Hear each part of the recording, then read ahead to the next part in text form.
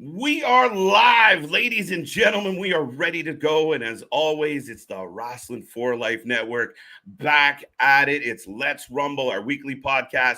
But this is no typical Rumble. We brought in some hired guns, some muscle.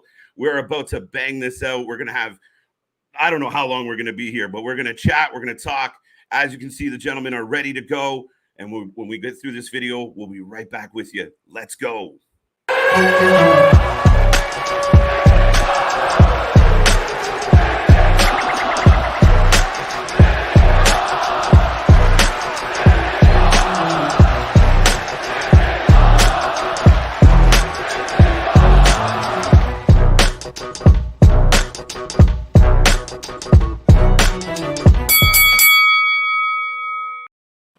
Boom, we are live and ready to go, folks. And as always, I'm Mr. Every Night, KJ White, your Iron Man of YouTube. And I don't do this shit alone. I got my buddy next to me, Mr.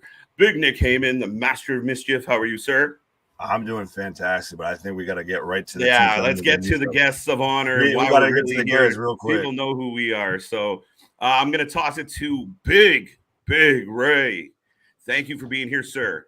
Well, first and foremost, thank you so much, gentlemen, for inviting me on. Well, I don't know if I got invited on or invited myself on, but I really appreciate it, guys. I'm not going to give too much of a background of who I am. We can talk about that later on. But what I want to do right now, ladies and gentlemen, I want to introduce my co-host. Let me just hit this gimmick here.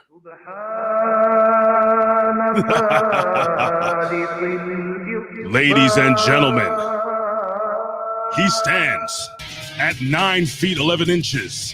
He weighs 911 pounds. He is the Prince of Sod.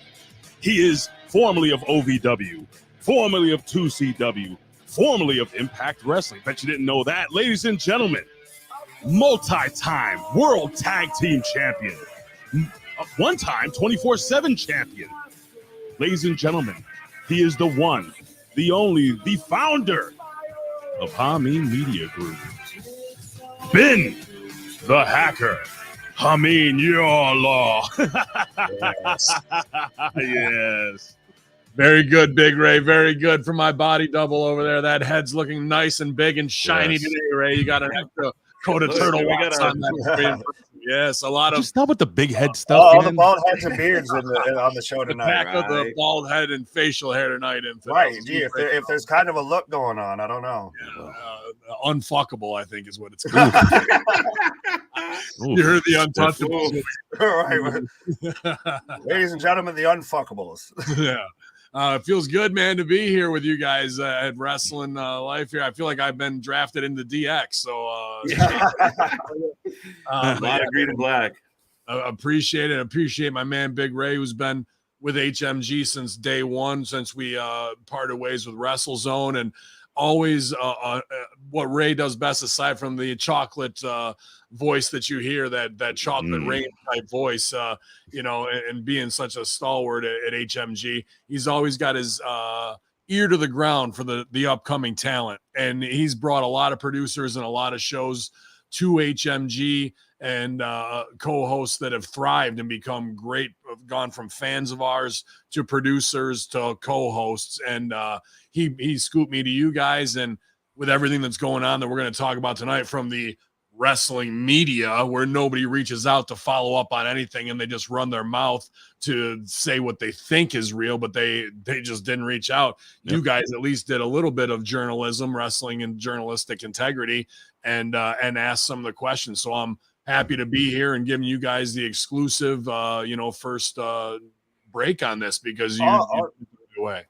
Yeah, we're super excited for it, especially once I touched out to Big Ray and everything like that. And then he hit me up with like, hey, do you want to have the guy that was, in there consulting with Russo that nobody knows about? It was you and Stevie Richards. Yeah, nobody knows about Stevie Richards. And all, the Sean Ross Sapps, all the Meltzers, all the, anybody that's the insider, all of that. Nick, we were talking about it. Sorry, Nick, but we were talking about it before we got on here, where literally, I just heard someone say, "Oh, no one's reporting this because no one cares about it." And I was like, "Somebody's reporting on it, and we're right here doing it." So, no, it's an absolute pleasure, gentlemen, and we thank you both for taking the time out of your days to be a part of this and jump on our, little engine that could. So we greatly appreciate it. We're gonna dive into this, but we appreciate the background as well. But obviously, for those who don't know, the story out there is that Vince Russo was a consultant for the USA Network in regards to WWE, or at least WWE Raw, I believe. Yes. And, again, for those who don't know, the gentleman on the box there, he was a part of that. And we said, we had Stevie Richards as well. How did it all come about? The backstory is kind of I can jump in a couple places, but we knew things were not good and we were watching it to review for Russo brand, and we have a passion for this business. It's our life. So Vince reached out to Shane McMahon. Shane McMahon was very into it. Really? Yeah, this is how let me break this down. How weird. And let me just jump in. Let me jump in real quick, gentlemen, to let you guys know that everything that we're saying really quickly, or everything that Ben's going to say, everything that we're going to bring up, we have factual proof of everything. Not only documents. You ever heard of the gimmick? We got the documents. We have the documents. Not only do we have the documents, we have the emails. We have text messages, phone call, everything you need. The problem is, they're all on Hunter Biden's laptop, so it's going to be shit. We're done. Yeah, that was definitely going to be one of my questions, right? Because that's obviously when the story first dropped, and you've seen it before, being around Vince, when a story comes out and his name's attached to it, a lot of people foo-foo it right away, shoot it down right away. Because they have no clue. They're still stuck in 2000. They think he's coming out with a baseball bat and leather jacket on. They think the guy. They have no idea. Everyone in all of these Mark forums from WrestleZone, I was looking at all the comments, and they're just the bashing. They have no idea what they're talking about, but that's why they're marks. And unfortunately, for a lot of these news dirt sheet sites, they're no better than those people. They have no idea. They didn't follow up. I'm very easy to get a hold of. I've done 4 podcasts today, and I've got a 5th one to do tonight. I'm plugged in all the time. You guys are the ones that reached out. And let me just put this over, because I worked with Bill Apter for about 10 years over at OneWrestling.com, and this is the respect I have for somebody like Bill Apter, who is actually loved in the business. The only person that I know, and it's in this book, is Wrestling Fix. I didn't know it was broken. The only person that ever had any heat with Bill Apter was Vince McMahon, pal. And that's the only guy. But the reason why Bill Apter is so respected is because, and it's a lot like what we do over at HMG, and I'm sure what you guys are doing right now, we dig, we ask questions, we reach out to the sources, we make sure that whatever we report over at HMG, and I'm sure whatever you report here at Wrestling for Life or Wrestling for Life, you guys got to get the right information. So right now, that's what we're doing here. We're here to spread the truth. We're here to show some love, to cross promote, and I'm excited. Not only been to do this show, but hopefully, and I'm not putting anybody on the spot here, but hopefully to work, to cross promote stuff and work together and just build a family. This is what we do here with the PWC Network, the PW Hustle Network, the HMG Network, now Pro Wrestling for Life Network. I mean, it goes on. I'm a little promoter at heart, so you have to forgive me. You just kicked in high gear. I think we all. I think all 4 of us got a little bit of that in us. Right. Absolutely. But this is absolutely all love, and that's why I love that we're going straight to the source with this. We're not going to, well, I heard from so and so. Yeah. No, we're getting people that were right there doing it. So just pick up. Go ahead. I was going to say, so we reached out to Shane, and this is the weirdest, like how a father and son in this business can be torn apart. So Shane's receptive, wants us to write the email to Vince, but he wants us to send it to him first so he can take out or punch it up to like work his own dad to get us back, right? So we do that. Shane likes the email. I think he cut like 1 or 2 lines, nothing crazy. And then he tells Vince what he wants cut. Vince sends it to Vince Russo sends it to Vince McMahon. And that's where we get back THX, period. Like, oh, he hit you with like the Chris Jericho text of like, thanks, pal. Yeah. Well, and we saw how Shane got released, so we can tell that father-son relationship's real good. Right. So I want Stevie Richards, myself, and Russo all to get THX tattoos. I think that's apropos. Right. I'll get mine right across. Hold on. Wait. You didn't get yours yet? Yeah, right. No, you just got to get on the ass sheet for the Kiss My Ass Club there. Whoa, wait a second. All right, we'll talk later. Yeah, you should have crossed your forehead. Ray's, yours look good though. Yours looks good, man. You've seen mine? I mean, it's like mid lower back. It's anyway. Thanks. Right. Thanks for coming. But yeah, dude. So from there, we took that idea and we're like, obviously a slap in the face, but that doesn't mean the shows are getting better and the ratings are going down. And then Fox signs them for $1 billion deal. And, they've gone from a 4.0 down to a 3.1. So you've lost 25% of your audience in a year's time. That's a concern for network executives, right?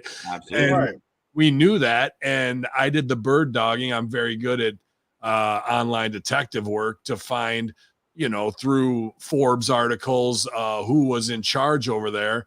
And then I actually found articles from him at his college, and the fraternity he belonged to had up a list of everybody's emails.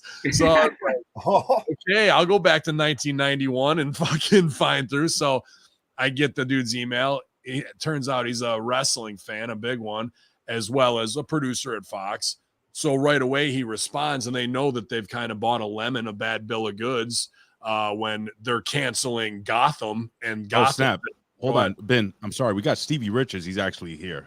Stevie's in the house. The chat. Yep. Stevie's in. What is he doing right now? It says, "I'll be in bed." That's how it is, listen, brothers. He actually goes to bed at 7. He's up at 3:30 a.m. to work out. And I'm just gonna put over StevieRichardsFitness.com. Stevie Richards, talk about that later. Great and also. Ben, I'm sorry I keep interrupting, but bro, I am so happy to announce so many of our family members here from HMG, from the PWC, from the PW Hustle Network, from channelattitude.com, Russo brand. They're all here loving and supporting, and the new friends and family that we're meeting right now. Thank you guys for jumping on with us. I'm sorry, guys. I have to, there you go, man. Thank you. Yeah. So from there, we got that meeting, and they were very strange, and like they're going, we just want to find positive solutions. Okay, what's that mean? They wanted us to pitch ourselves as consultants, and then once we did, they're like, yeah, draw it up. But it's like they couldn't offer it to us to say that's what they wanted. They kept, yeah, we hear everything you're saying and we agree. We want positive solutions. Okay, so we'll give you some. Right. So that just sounds creepy. Yeah. I write up the consultant agreement with them, and instead of signing that and hiring the three of us, they, which I have that whole conference call recorded as well. I should go back and find that and listen to it. But that would be great freaking radio, right? Dude. Oh, I wouldn't stooge that. But you gotta do it here. We have the right after where we did our own reaction when we got off the call, but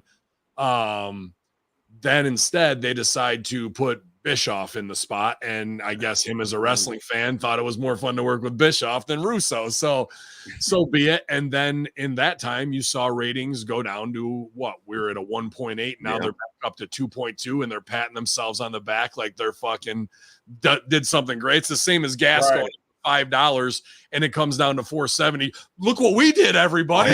Right? we saved 30 cents. Right, exactly. So it's that type of flawed logic, and we've dealt with plenty of Hollywood producers who are just the wrong people in the wrong spot, and they just seem to F things up further and always get promoted. They fail right. off. Shit floats up, right? Yeah, right. So after that, we kind of sit on it thinking that the deal might get done. It doesn't. And I go, well, if they're fucked over, the product still sucks. Let's reach out to USA. Back down the rabbit hole we go. Try to find that contact of the vice president who would later be promoted to president. So even better access, and now is no longer with the company. And he reaches out, and lo and behold, this guy had hired Ed Ferrara years before to be a consultant on some fictional science fiction show. I think it was. I'm not sure on that one. So he knew who Vince Russo was right away. Yeah. Right. And obviously off of Russo's legacy and name, we get the meeting. This guy isn't a wrestling fan. He's just been dealing with them, trying to get what he thinks out of them, but he's getting worked by Paul Heyman, Bruce Pritchard, Vince McMahon, and getting the runaround. So what we had to do, or what Vince had to do kind of out of the gate, was become his priest. And like, you're about to be anointed, my young man, in the game of wrestling, and the bullshit that they're telling you. They would tell him like these bullshit excuses. He'd come back to Vince, and we'd give him the proper worker response, and he'd be like a little trepidatious, but then he'd hit him with it, and he'd go, dude, on the conference call, they were like deer in headlights. They didn't know what they had no response. Yeah, like all of a sudden this guy goes from a second grade education to a 12th grade education. Right, you're now a black belt. Right. So that was like maybe the only inkling they had, but for us to be his sword and shield was a big thing in this, because they'd worked him with every NFL excuse. The Westminster dog show's coming back. Who knows? Like all the bullshit to keep things tap dancing.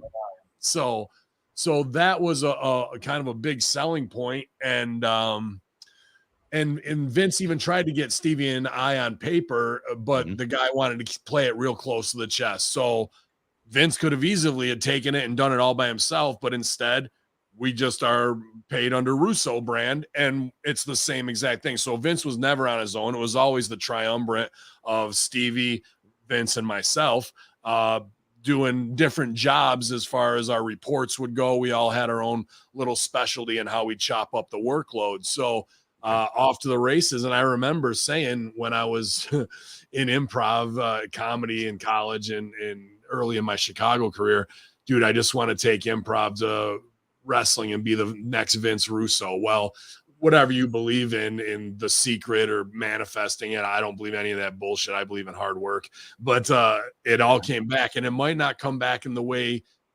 I envisioned it 20 years ago.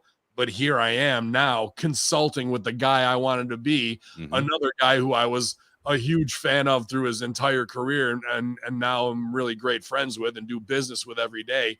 And we're consulting, skipping all the bullshit politics of wrestling, having our stuff go right through the USA Network president directly to Vince McMahon. Like, it might not be the way I wanted it, but to have to step back and go, wow, we're here. And I can't tell anybody for 2 years, so it's fine. Hey, Ben, real quick. I just wanted to really, I know there's going to be a ton of questions moving forward, maybe from the chat, maybe from you guys and stuff, but, you know, one of the things that really irked me, and they have a couple of these dirt sheet YouTube channels and all these dirt sheet pages and stuff saying allegedly this and he says this and that kind of stuff. What really annoyed me is that they're saying that, oh, well, now that they're finding out, right, that this is all fact and true, what they're doing is now they're burying it. So what they're trying to say is, oh, well, he worked for the worst time in WWE. Right. I need you guys to understand. And Ben's going to explain this. Ben's going to explain this right now, how they only used a microcosm of the idea. And I've heard these amazing ideas that these guys had. They only used a microcosm of the great storylines and ideas and stuff moving that Ben, Stevie, and of course Vince Russo wrote up. Am I off here, Ben? No, you're definitely spot on. Yeah. And there's a couple that are out there now where you can be like, oh, that whose idea was that? And what I love what you said there, Ray, of like, he never worked for him, he's full of shit. And then then those same people will go, oh, well, it was the worst time ever. So it must, well, what is it in this 1984 double speak of you talking out of both sides of your mouth? Did we work for him, and did he make it up? And the fact is, the show was dog shit, and the houses were way down where they only could sell the J in the arenas, and Hamin's Tarp Emporium was tarping off the rest of the arena. Oh yeah, really what set this in motion. They'd have to tarp off whole sections. But they wanted everybody moved to the hard cam. But instead of the mark sheets being wrong and going, you know what, let's print a retraction, we were wrong. They just go, oh, it was him, it sucked, that's why it was the worst time, not because of COVID. We were doing this before COVID, all that kind of stuff, bro. And that we, like Ray said, the notes back it up all the way. Oh, well, you could have made those notes. And yeah, you're right. I typed out 1,100 pages to pull an elaborate ruse on the entire. Oh yeah, I want to know that after. Well, right, this was the plan the whole time. Story about like with Stevie and you and with the Money in the Bank ladder match at Titan Towers, I was like, okay, I got to hear absolutely all of this now. So we had pitched a bunch of really great stuff. I think it's great. You know, there's a lot of people we love to write for, and that just set your creative, mind in motion when you have other great people to play off of. And we were a little bit pissed. And Stevie makes the joke of, let's just suggest the dumbest shit ever, pretty much. Of like, hey, why not have Money in the Bank on top of Titan Towers? It was a rib. Like, it was a rib. What did they love the next day when the cat came back to tell us they love the idea about on the roof? We were just like, all right. All right. But what were you guys saying? Like, you see this pop up and you're like, shit, they actually fucking did it. It's hilarious, bro. Like, well, we have to sit there and I can't even smarten up Ray or the rest of HMG staff. Like, if you were to go back and listen to those Russo brand shows from that time, about 60% of what we would write, we were saying on those shows, but nobody had a clue. You know what I mean? Well, that's kind of what I want to get into, or kind of what I want to know is, we know that one made air. What some of the stuff that didn't make air? I would love to put myself over. I remember that conversation almost super vividly of how stupid it was, and Stevie saying that, and we're all laughing. And then the next week, that's what the fuck they greenlit and went with, bro. But again, Stevie Richards, and that was one of the coolest. That was one of the better things that we've suggested, or that was a rib that they actually executed pretty well. I'll put it over, because there's other things that we'll go through that were not even coming close to the surface of what they could have been. That's what I was going to ask. Yeah, Nick was just asking though, like, what are some of the things that you guys had ideas that would have, you think, am I correct here, would have gone over? Right, yeah, stuff that you pitched that didn't make air. Oh, that did make air. So I'll give you that did not make air. That did not. Sorry, I could go through 100 things, dude. Of like, so then just run us through like some of the stuff that you were involved in. Yeah, it'll be easier, because there's a couple things that are out there that we can dive deep in, because I would have to go through all 1,100 pages and go, oh god, that UFC idea was great that they never did. Wow, that was great that they never did. Wow, even how they addressed COVID. I read something today. I remember the UFC fight with the girl from China. At the end, cutting like a big baby face promo on the world coming together. Vince, you can't even sneeze around McMahon, let alone COVID. You know what I mean? So you can't even say wrestling, a wrestling company, right? So, and dude, USA. Now we're back to TV 14 during cancel culture and during the Me Too movement. They were pushing WWE to do more swearing, more adult stuff, but no, we're sticking with TV PG. Yeah, and, ridiculous. And even this week they get it wrong. They do Rollins and Riddle with the F you, bro, and talking about his wife and all the TV 14 stuff, which was really good. And then we roll Connor's cure 3 seconds later. Which of you dumb bastards? Yeah. Who's in charge here? Right. And that's the types of stuff that would be in our notes if we were doing it today. Like, third hour is for TV mature. Book it that way. Nope. We're going to book the charity fun spot in the third hour and leave the TVMA stuff in segment 2. No, growing up, you always remember the third hour is when stuff would really pick up into that next level. It blows my mind, bro. It how they can continually get it wrong. And like they're supposed to be the best of who's ever done this, and let's hire back the guys who fucked it up before. Sure, let's bring them back. Just because Vince is gone, now they'll get it right. Oh, I'm sure they will. So Russo was actually on the Friday locker room today. Big stooge off. You guys and he was hot at some dirt sheet writers and he should be Stevie, which was hilarious.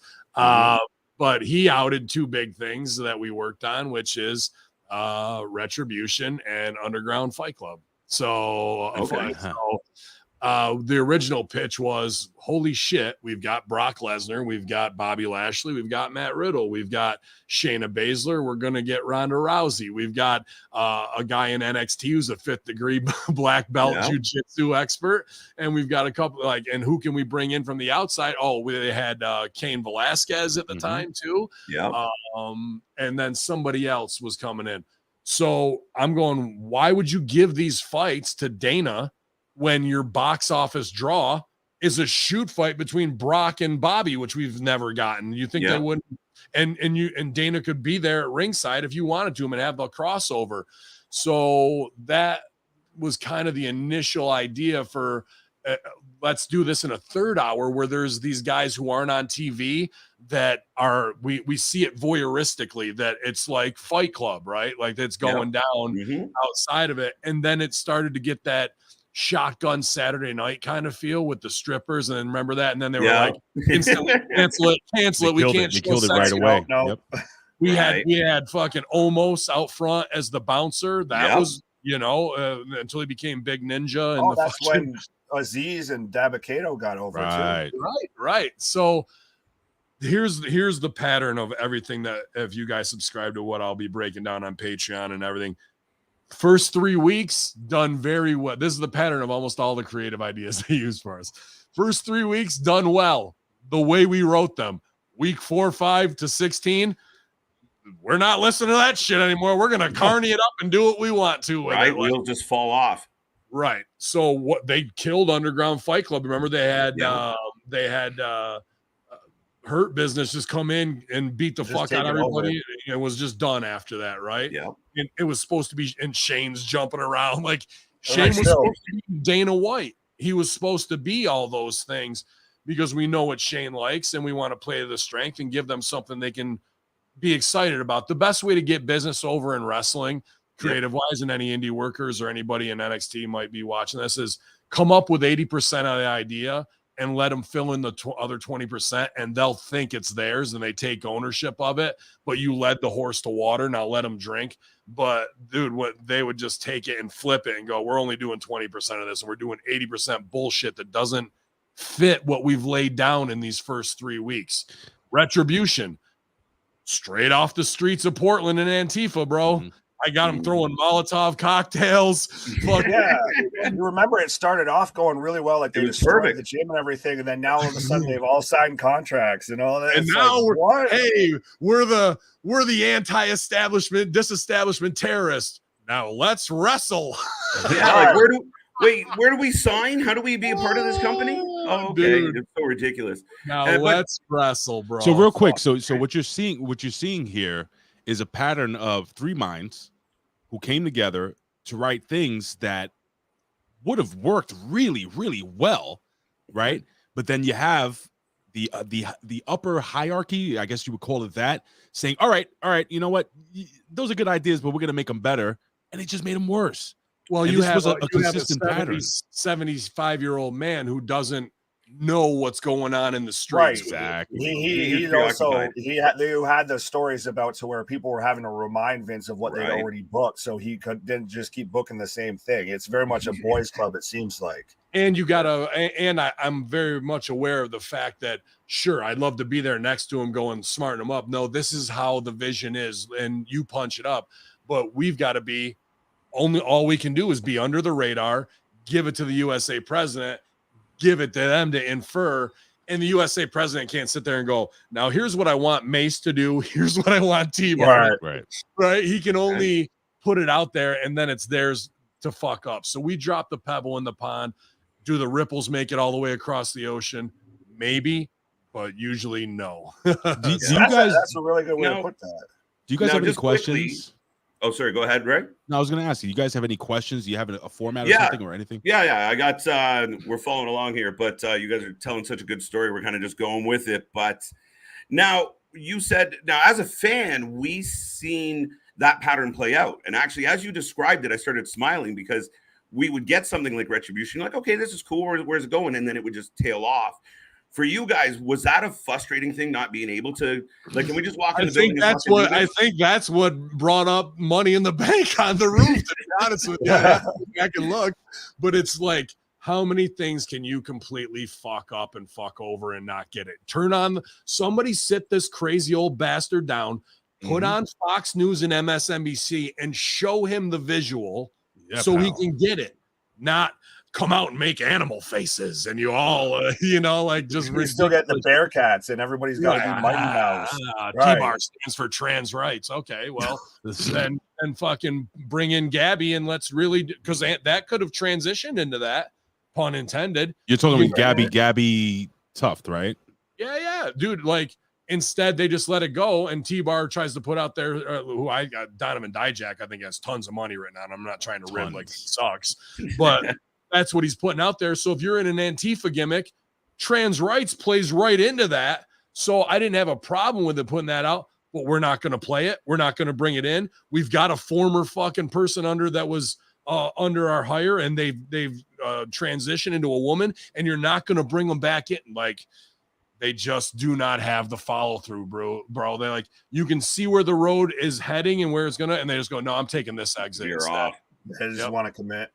They have no long term, and this crazy old man is putting scripts in the shredder at 4 p.m. on a Monday.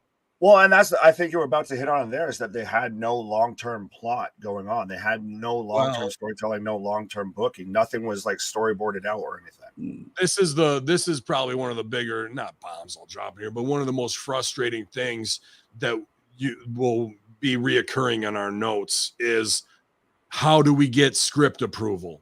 You think NCIS doesn't give fucking USA their scripts to like double check and all that? They could not even get 1 week ahead script approval at USA from these guys. I would be, if I paid $1 billion, I would be demanding 6 weeks in advance, every little thing. And now cards subject to change. Somebody gets hurt. Somebody's got a concussion. Somebody's got COVID. Okay. Nope. Like with the execs, they could not get script approval because there is no script until Monday afternoon. That's the entire problem in a nutshell. The fact that there's no long-term vision, that he's surrounded by yes men who will do whatever crazy ass shit he says to keep their job, as opposed to making the show better so they don't get fired. They're just going to sit there and collect their paycheck because they don't want to rock the boat. Well, I'm all about the art, bro. And if it's rock the boat, baby, and I'm only there for 2 days and I was hired, I don't give a shit, because I'm going to say the right, better choices and point out the things that are carny and stupid that insult the audience's intelligence of why they're turning the channel or not tuning in at all. So these like all these dirt sheet fanboys and all the people in the forums are like, I knew somebody wrote the 24/7 shitty. You go through our notes, we'll go get rid of the 24/7 title. All right. Wait, quick. Right on Russo right away. Like it was his fault this week. What's up, KJ? It had to be him, but no, wait. You did mention the intro, and I admit I didn't know. 24/7 champion. A Dippin' Donuts 24/7 title. You gotta put that over, man. You gotta put that over. First Northeastern, Middle Eastern title holder, Ray. I'm Northeastern, Middle Eastern champion. Well, I call it the Middle Eastern champion. But but big shout outs to our boy Triple D right now, Dippin' Donuts, everybody up there in Rome, New York. Yeah, all right. So Benz, you see that's the Florida water he's drinking, if you know what that is. Man, I'm trying to get Jack. Trying to get a match with Braun. Now, KJ, what's up? You guys are obviously you get the ball rolling with this, and so the process actually was just literally you guys would come up with an idea, kind of talk to the president, and then he would pass it on, and you just kind of let it float. Or was it a lot of, did he come to you and say, listen, they just gave me this, would you look at it? Like, what do you guys think? Or was it all post, like the show went out? How do you feel about it? What are we doing wrong? So show would happen, and then I would come back home and write out the show, per segment. Stevie would be taking times when he was watching it pretty meticulously, because that if somebody goes 2 minutes longer and we could have edited earlier, that's a big thing in wrestling of like at the high point, right? So Stevie was very in tune to that. And then I would write my notes. Stevie would wake up at 3:30 in the morning after I went to bed at 1:30 in the morning, and then put his notes in under mine, usually agreeing and just playing off of each other's idea. We get up in the morning. Vince would send us a link with his diatribe of his overview of the show. We put it together, and then we try and button it up at the end in a group think kind of way. And Vince would read through and punch up what we had done or vice versa and add something. So it was beautiful art by committee in the way of everybody knew kind of what their bit to do was in it structure wise. And then we could all come together and once that work was done, free flow about some ideas and offer a positive and a pitch going forward. Now he would take our notes on segments that they thought did or didn't work and is why, and the idea and a creative idea, pitch it to them. They would like it. Retribution, Underground Fight Club, whatever, run with it. And then that was kind of like, there was never like a comeback of like, we'll give you something back and what. So the next week it was like, all right, we'll see what they're going to do with it. Did they go up a level? Can we punch something up and get there? Most of the time because before we were consulting, this is hard to remember even, but like 2018, 2019, they were just doing the same show week after week. And you like the same tricks.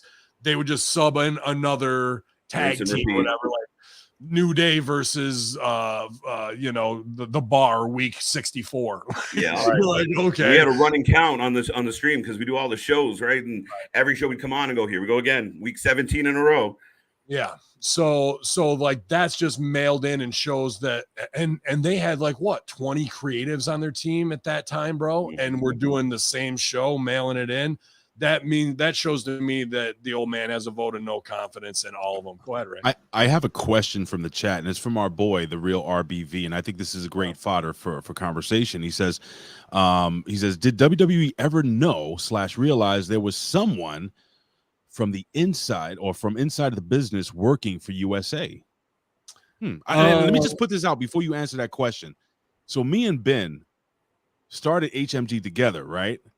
Me and Ben have been working, Ben? How many years have we been working together now? 7 years? About that? Is Ben frozen? Ben might have froze. All right, Ben might have frozen. All right, so me and Ben, all right, he's back. So me and Ben were working together for about 7 years together. I'm back here, sorry. All right, you're back. So the point I'm trying to make is that Ben is not only my friend, but my partner. And I had no idea this was going on. This is how kayfabe it was. And I'm telling you, me and Ben is like inside with the mob. There's a lot of shit. I'm gonna put it like this: a lot of shit I know that I keep inside this little box right here, inside, underneath this Mike Tyson T-shirt, that I have never spilled. Ben knows that; he can trust me. But it was such a deep cover, deep cover gimmick these guys were doing. I had no idea, and I am possibly as close to the inside as possible with those three guys. So now. Ben, did you get the question? The question's right down there. This is from our boy RBV. Yeah, man. Great show today with him on Light the Fuse, man, and a great talent at HMG, no doubt. And believe me, Ray, it wasn't anything like I was like, I got a kayfabe Ray. That's what it was. That's what it was. But I'm low man on the totem pole when it comes to clout between Stevie Richards, Vince Russo, and Ben Hamin. And I tell a lot of this was taught to me by Rip Rogers and Joey Mercury. You shut the fuck up and you shut the fuck up.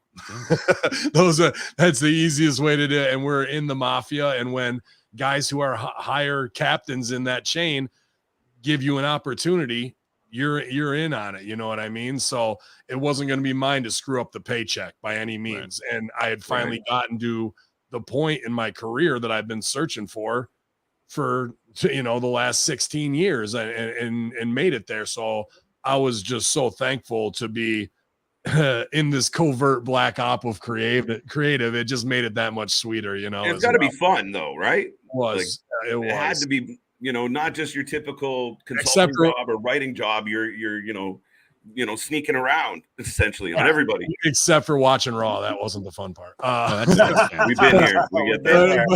But to answer RBV's question, I think kind of in the middle there was, because at one point when there was a realignment, which I'll talk about on my Patreon, I don't want to get into that business here kind of, but that we reached that Vince Russo reached out to Vince McMahon and without telling him that we offered us to consult directly with Vince, and Vince gave him a lot more than thanks this time. he's like, well, pal, I'd like to have you watch the show and get your feedback on it. And he goes, we can talk about a position down the road. So McMahon plays the chess move of watch the show, give me your notes for free, so I can kayfabe Bruce, Paul, and right. And so now you're working for me. Exacts. But he's saying, I want you to do it for free, and I'm testing you, right? Well, we don't take tests. We give them. No. A lot of tests. A lot of tests in the WWE, guys. And that's all there is in this business. A lot of testing, guys, bro. Right. And it's a test for me. Was I going to be the stooge to let shit out? And no, I wasn't. But so Vince hits him back of like, bro, I appreciate it. Like you need my help, not the other way around. And I'm not going to watch the show for free. Now, if you want to talk about payment, then we can. McMahon gets pissed that Russo doesn't bite on the trap of will he do it for free for X amount of weeks, right? And writes back the email, the now famous line that you hear is quote, well, you think pretty highly of yourself, don't you, pal?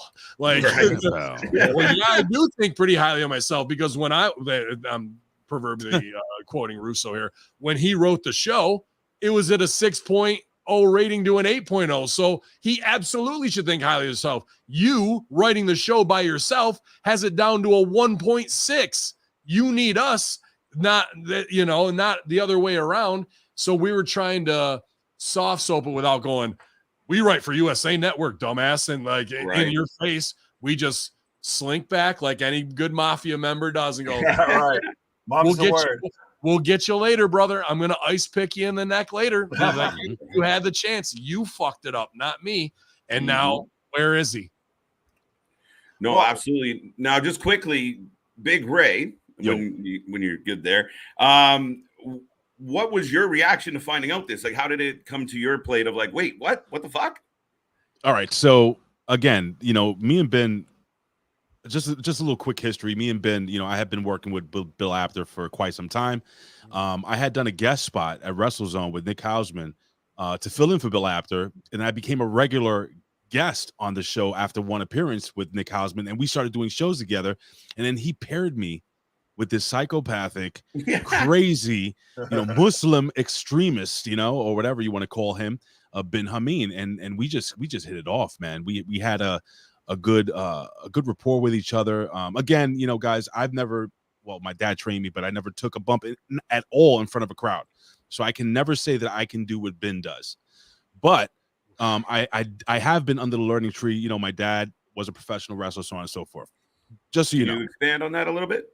Well, my dad used to wrestle for a gentleman by the name of Valentino. He was a promoter here on the East Coast, and Bill Apter knew who he was because my dad did a lot of wrestling on the East Coast, all the way from New York down to Florida and back up. So long story short, what happened was my father passed away, and I'm cutting a whole bunch of stuff out because I don't want to take too much time because Ben's the star here. But what happened was my father passed away in 2010, and I started doing little YouTube videos, reached out to Bill Apter. Bill Apter saw some of them, and I started working with Bill. Boom. I helped promote, I helped produce most of the stuff from 2010 all the way up to the time that me and Ben started working together, which is what, 2015. Yeah. 2015. Anything you saw on OneWrestling.com, and Bill Apter will attest to this, was me. I was putting it together. I was promoting it. I was, doing a lot of, I had brought together a whole bunch of really cool people, like my friend Billy Ray Valentine, who I grew up with, guys like Colin Weissong, and these are names that you guys don't know, Matt Schaffer, all these guys that we had working with us, RBV, Mark Jargo, all these guys, they were all just, listeners, except for Billy Ray Valentine, who had his own PW Hustle network along with my boy A-Track Brown. So what my thing was coming into this, and I'm going to answer your question. I've always felt myself to be like, Paul Heyman back in the day. I'm not Paul Heyman. I'm not going to pretend. I'm not Tony Khan pretending that I'm like Paul Heyman.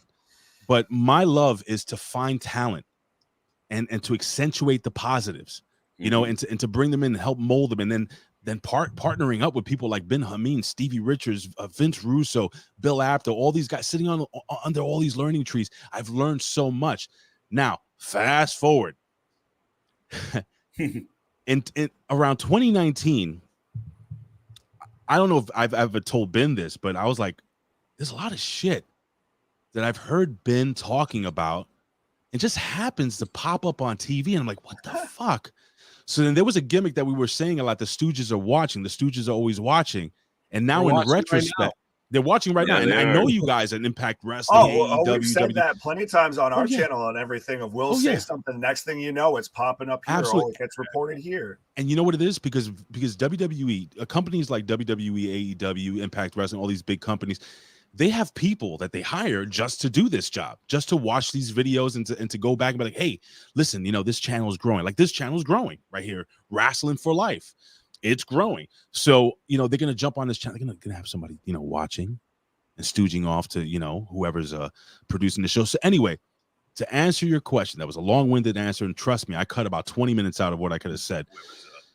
Ben Hamin, when I found out that these guys were working for Russo, number one, was I surprised? No. I mean, working for USA Network, I wasn't surprised.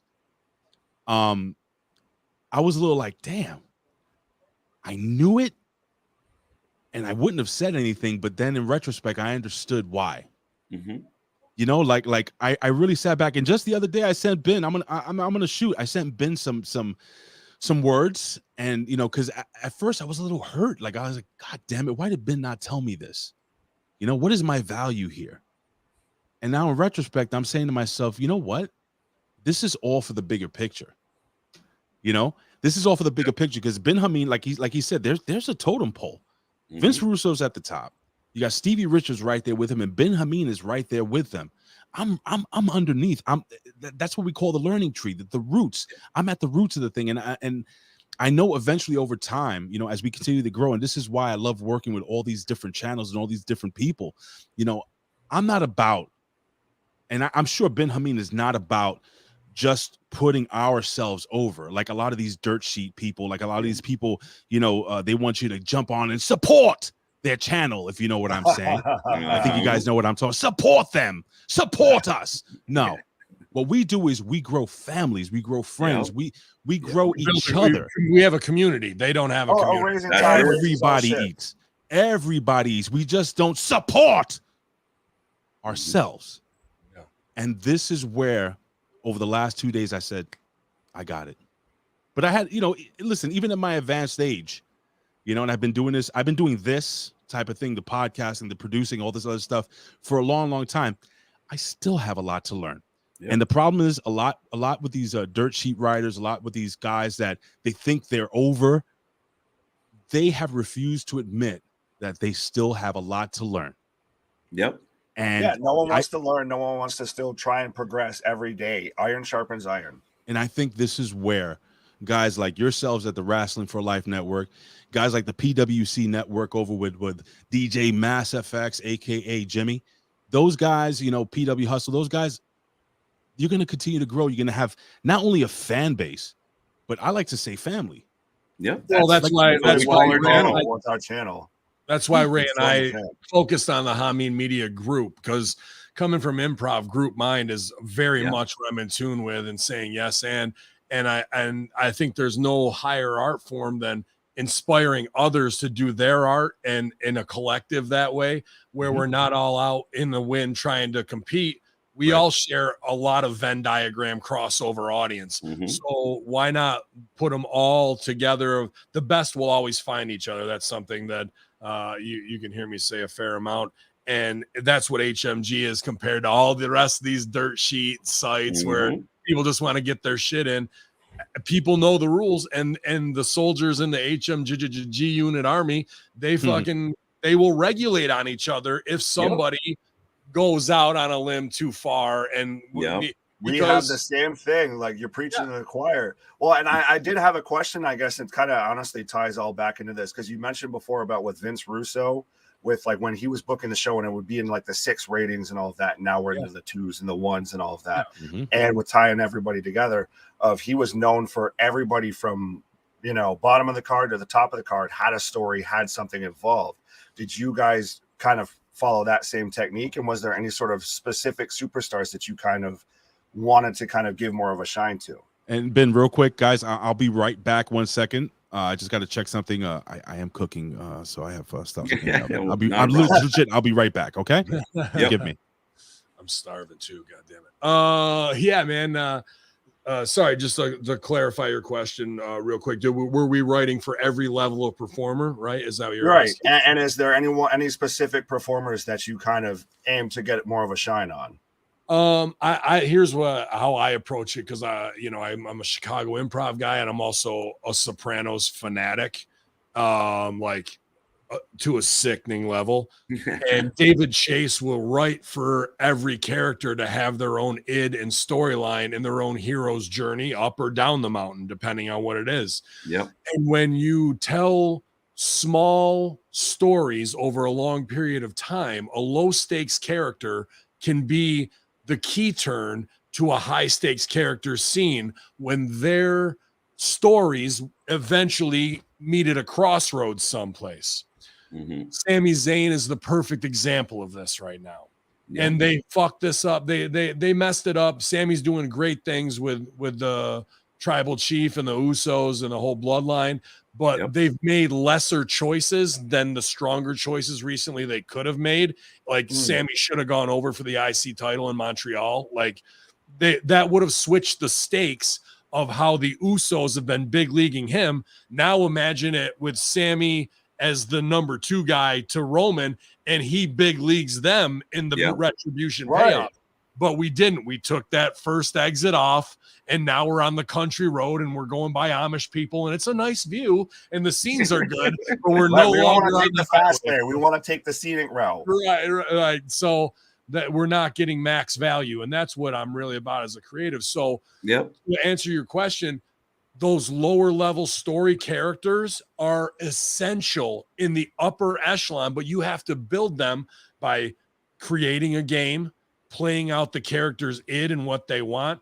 Ron Killings is a great example of this, when he can play his game out and then get in the ring with Brock and steal the goddamn show. You're talking about the highest stakes character and the lowest stakes character, and it makes perfect sense. But if we just tried to go out there and do a cold scene, it's not going to work. You know what I mean? So when it's so important to, and because people want to see the hero's journey or the heel's demise. So those inciting incidents and those things that happen are the sweet details along the way that 18 weeks from now, when we call them back and do a callback to that one thing, it was so important. It might've been glossed over, but for those who were watching with a keen eye, that is the wrestling psychology that makes people go, my whole time watching this shit was worth it. I was going to say that's what I miss. And I've been saying this before on that stream of now at times you get video packages almost like you have, like they anticipate people haven't been watching for like a month or so. We need to recap you on every single thing. I will say real quick, Big Nick, just off of what you're saying, I review NXT every Wednesday morning, and I noticed that they're doing a lot more of that, like recapping and telling you who these people are. Like we have this young lady from Japan now wrestling on NXT, and I forgot about her. I forgot she was on WCW. And I forgot, as bad as they were fucking it up in WWE on the main roster, you debut, and then 6 weeks later, your introduction vignette. You right?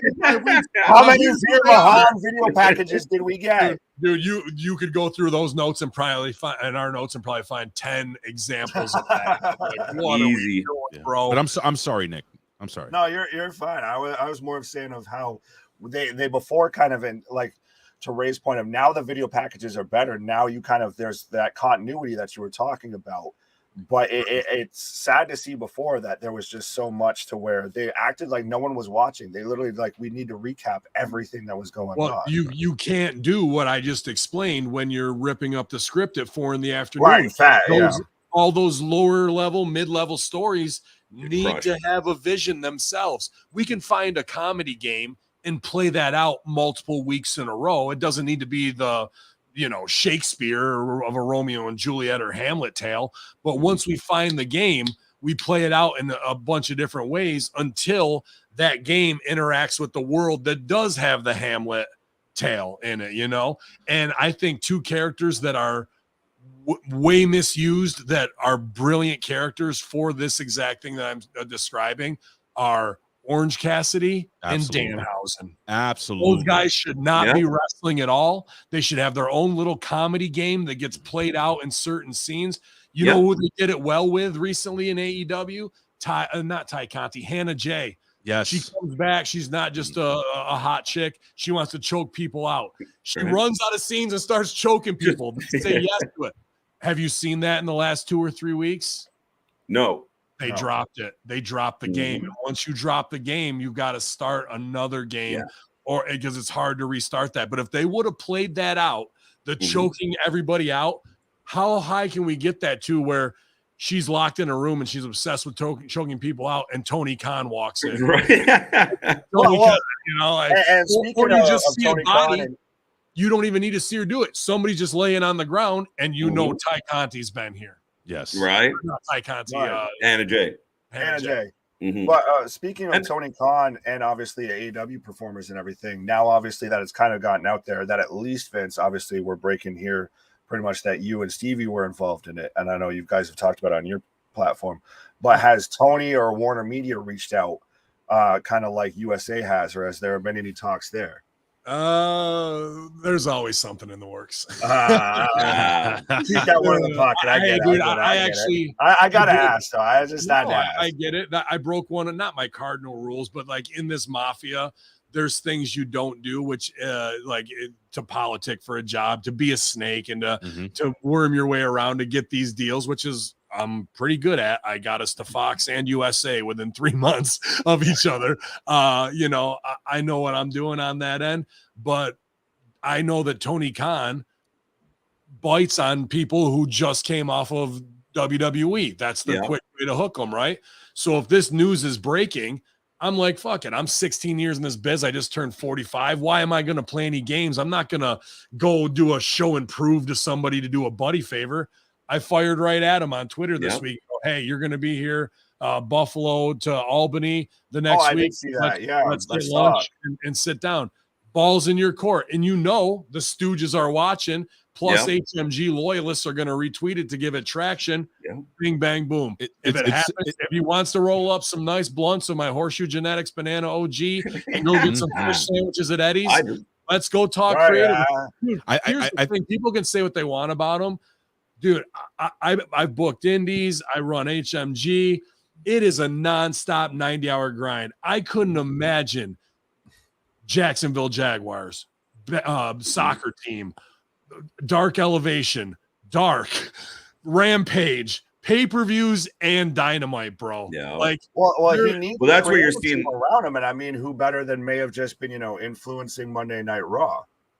Right. But he's hiring the people who influenced Raw, who were yes men and didn't do anything to stand up for their creative. Well, those seem to be a dime a dozen, unfortunately.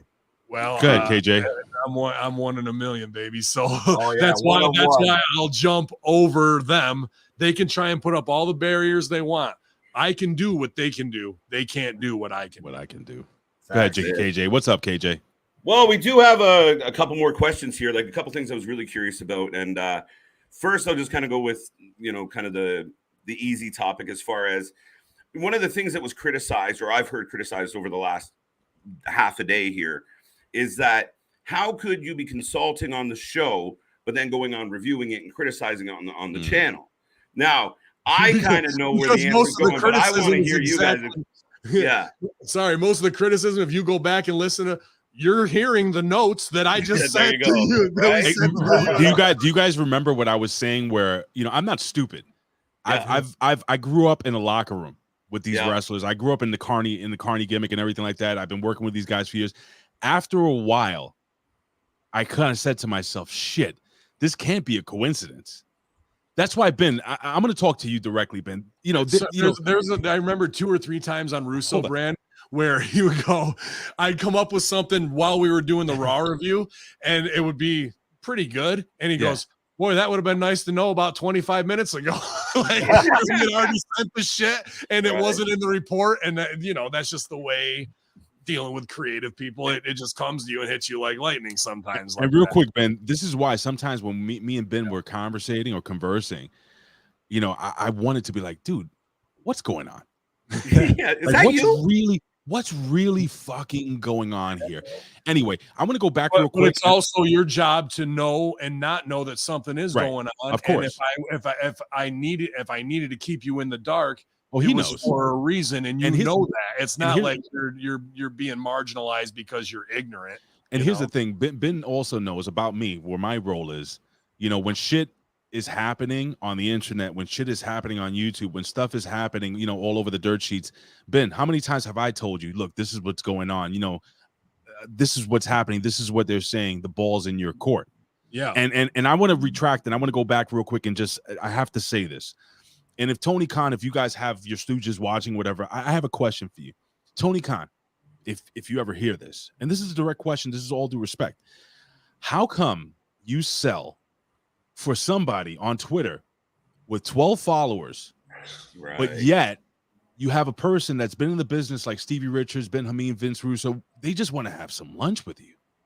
We just want to, I just want to have a conversation. Yeah, I'm not trying to be the shark of like, bro, I've got the whatever. Bro, they're gonna sell for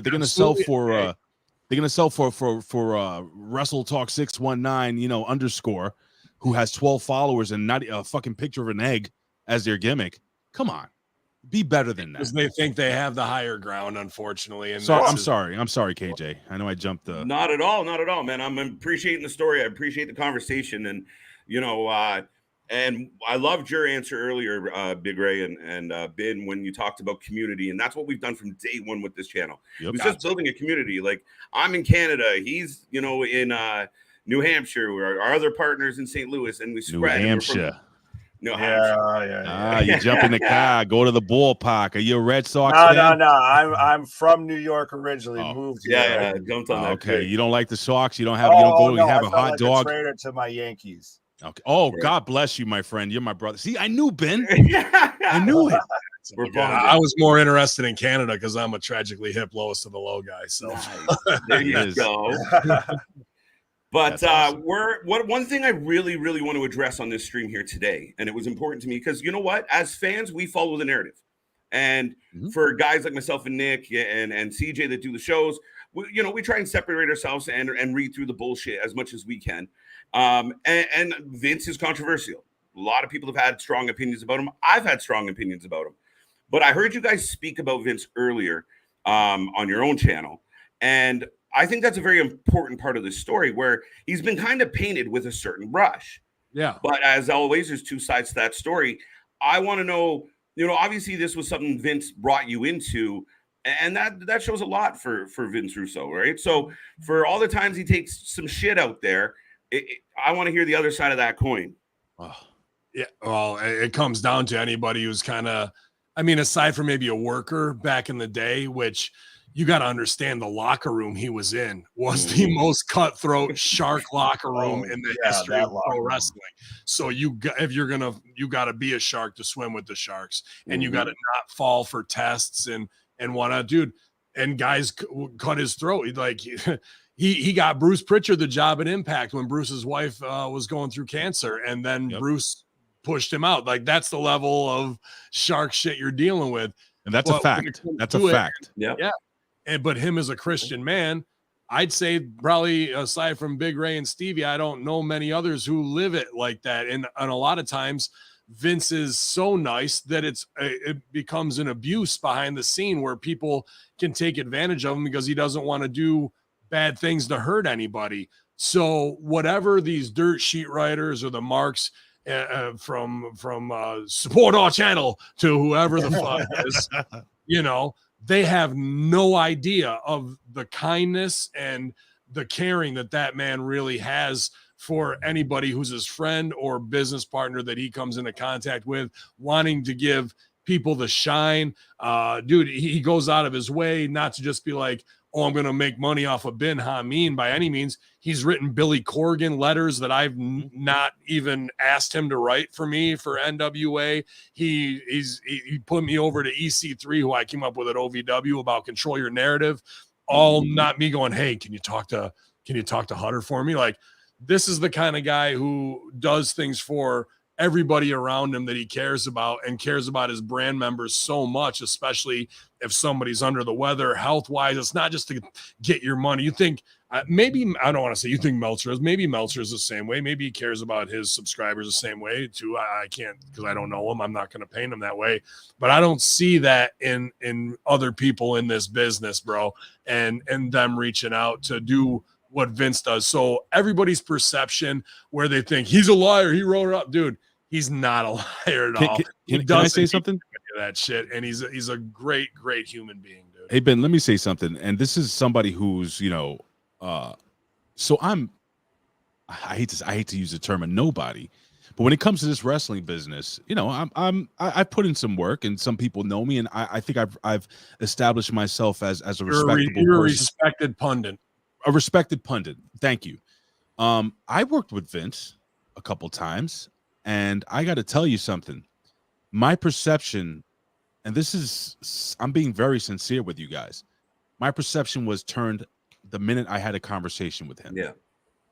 The minute it's almost like working with, so I have two very close friends too, that I'm actually going to Florida to actually spend my wife's birthday with, Big Vito and Noel Lograsso. Big Vito Lograsso. Nice. Big shout out to the Big Vito brand too. I'm sure they got a bunch of people. Great show last night. On Love them.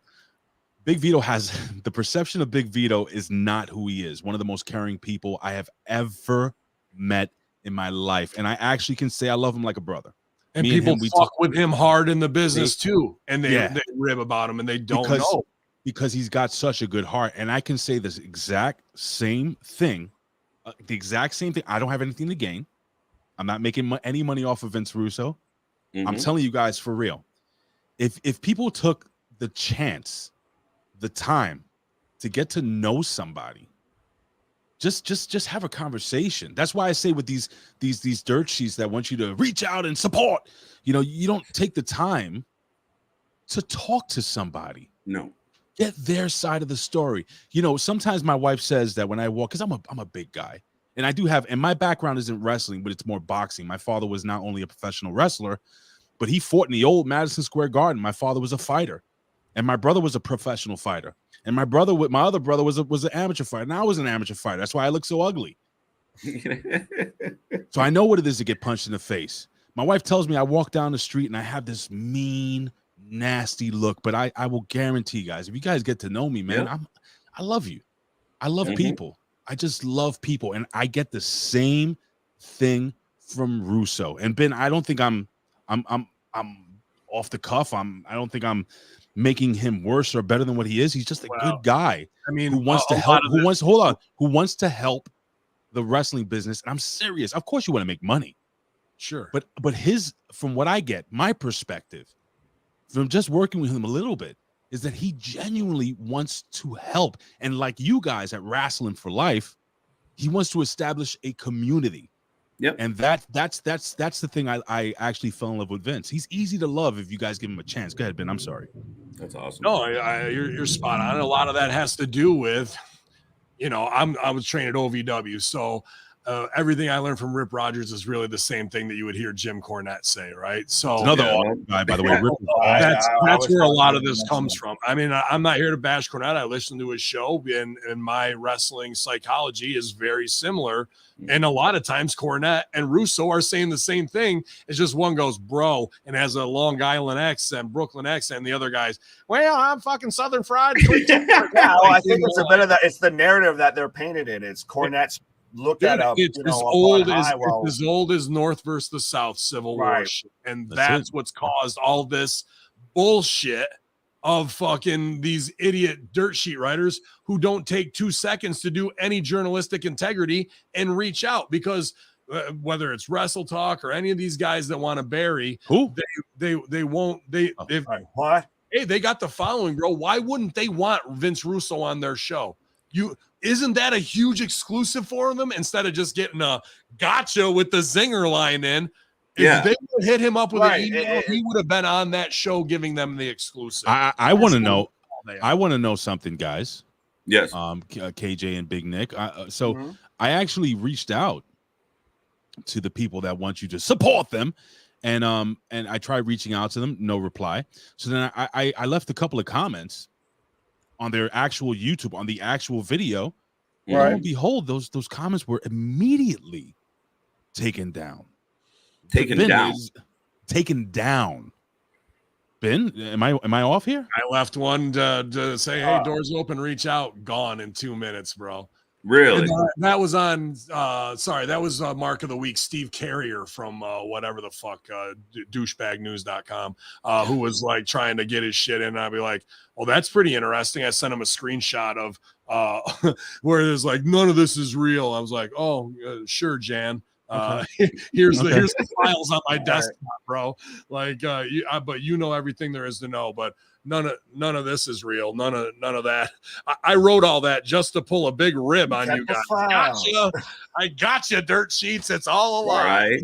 Well, no, that's why I'm so happy and so thankful that me and Big Ray were able to connect and everything like that, and actually get the whole story and everything, not just. Because like even KJ said, I've been critical of Russo at times and everything, but that's just kind of the story that you get pushed out by those dirt sheets and everything. I believe I probably was the same way up until probably 2015, to be honest with you. And like, that's just the wrestling bubble that we're all in, whether it's fans or inside, and what you hear in some old shoot interview because somebody's pissed off. But I've made more money in wrestling with Vince Russo than in the last 5 years than I made in the 12 years that I started, and comedy alone. So we generate dollars together. We have control over the industry. People on WWE and AEW roster reach out to us weekly for help with their creative instead of going to the creative teams or the producers, and our shit gets on TV. I've had 2 monologues on AEW alone in the last 6 months, and in WWE, and not paid a dime for it because I'm just there to help my friends. Ben, you're saying too much, brother. That's the whole thing of this. Like, I'm beyond like trying to, but I wrote this for a friend of mine. Can you get me a job? Dude, I'm 45 and I've paid my dues in comedy, wrestling, and fucking the hard work out in the fields and lumberjacking and in media. And I don't have to fucking answer or put on a show for nobody. I know who I am, dude. See, the most important question I think that needs to be answered right now is who has the sexier beard out of all 3 of these guys? Jesus Christ. Look at these. Don't count yourself out there, Ray. You're in there a little. My wife won't let me grow it any longer. It tickles too much. If you know my what wife I mean, would bro. recognize Beard tickles are nice. I met her with it. I tried. And I'm excited next week. I was talking to Feeney, so not to say like, that your show is smaller, because this is great. I'm really enjoying myself. Yeah, so's HMG is smaller than K100, and they're doing a great job. Feeney's an excellent producer, and I love listening to Conan and Disco. So next week I'll probably be going on that show too. I'm excited about it. They'll probably want to talk more conspiracy theories than they will about right. Oh no, that's why I was just happy to have all of this, kind of fall into our laps and everything. Like, wait, you're telling me we get the exclusive and all that? We almost didn't believe it. We were like, it's gonna be a rib, like we did, like there's gonna be an angle, but no. But truthfully, for us, and I mean, we know how the business works and how the industry's going. We understand, but I don't care. Like, I want to hear all the fucking stories. Like, I don't want to just hear your story. I don't want to just hear their story. I want to know every part of it. And that's why I asked about Vince, because like I said, it's very easy just to paint a brush and then walk away and go, that's what that is. So the minute you guys were, open to the idea or presenting the idea, I was, man. Like, when Nick said it, I was like, this is excellent, because that's a story that hasn't really been told. Why wouldn't we tell it? It's part of the wrestling lore, part of the wrestling history that we're in. This is wrestling history, but on the sheets this morning, who signed John Moxley's open contract is the top story. Like, you're done here. Your credibility's done. You guys are idiots. Like, we're telling you who had the most influence directly through USA Network. No, he didn't. Oh, yeah, he did. That's why it sucked. Oh, okay. All right. Yeah. It's close. Ben and KJ, I think they're neck and neck with the beard gimmick. Good stuff. Pun intended there. And that's what I mean. Like, and we talk about it all the time. I mean, we joke about it on our live streams because we're live every day, almost every day anyway. Every once in a while we take a nap, but we come in, hit it live nonstop. And we see we get to follow the ebbs and flows of it. And sometimes we put our foot in our mouth because we're live. We don't get to edit this shit. Like, so we see kind of the groundswell, and instantly you'll get those articles of like, Moxley wants to be champ forever, or like, and it's just like nonsense. There's no substance to what they're throwing out there, and we get to come on here and crack wise about it all the time. To actually get behind the story and take the time to go, what are you guys about? What do you feel? And how did it all play out? To me, that's where the money is, and that's where it matters. See, where the money is for me, Ben, and where the money is for me, KJ, and where the money is for me, Nick, is not just breaking a really cool story, but again, I love being the Paul Heyman. I really get off. I'm gonna use that term. I get off on finding these awesome groups and families and channels and just working with them and working alongside them. And your talent is spotting potential. That's these guys. Listen. I told Nick. I said, Nick was like, well, what was it that stuck out to me? And I said, well, number one, you guys are super professional. You guys put in the grind, and last but not least, you don't sound like a couple of marks. Yeah. And I know for a fact that my partner right here would never have come on if he didn't find value and respectability in this channel. So I need to put you guys over, because I've been watching you guys now for the last 2 weeks now. I think it is about 2 weeks consistently as you guys cover the NWA, freaking every freaking show, AEW, NXT, everything. And that is going to pay off in the long haul, just like my partner here, who has been in the business for 400 years. His bump card, he had to get a new card because his bump card's so full. Fuck and that. No bumps. That's why I get tag team partners, so they can take them off. I just wave the flag and put somebody in the clutch. I ain't like that. I just want people to understand that nothing comes easy. People want things to come easy. Stop right here, because all this is bullshit that Ray is saying. He's just trying to work you so you can take over the NXT review. That's all he's trying to do. Right? Get me off these Wednesdays. Funny that you say that, because I did invite Nick to come join me in the bed. I was like, wait, hold on. I have already talked about this. Me, Ray, like I work too. You think like I don't see what's coming here? Come on, man. Listen, here's the deal. I want to definitely have Nick on with us towards the end. I hope the vet, who is a Rip Rogers guy, that's his gimmick. Vet is another Jamie Williams. He is an amazing mind in the business. Ben, can you put Vet over real quick, man? Absolutely, because Vet put me over huge when he subbed in on Light the Fuse. Not just his mind and his wrestling acumen and how he can lay things out, and he's a very logical and meticulous guy. You know what I mean? He is the straight man of the comedy team. That's exactly he's awesome. What he would be. And he has done all the Rip Rogers training. He's got the master's level education. And if this is his outlet, maybe not performing as much, but to pass that on and deconstruct what is wrong or what could be done better, the Vet is always on time with that, to the point where I'm intimidated of the Vet even to this day. But I'll tell you what, when it comes to who needs to be in the foxhole to guard the line, the Vet is always there, bro. If he needs to jump in on Smackdown attack, he will. Impact attack, he's on. Next level review. If last week RBV had to do his show, Vet, shoot me the link. He's right there, bro. He's got your back, and that level of loyalty and level of commitment is indispensable. And you guys know, if you're putting in the hours, exactly what that means to be here covering all of this shit every week. And Ben, real quick, I would love, because I know you guys were covering NWA, and I'm not putting anybody on the spot, but I'm hoping that over time, because I did tell Nick that we work with one of the sexiest people in pro wrestling. That would be Chris Silvio.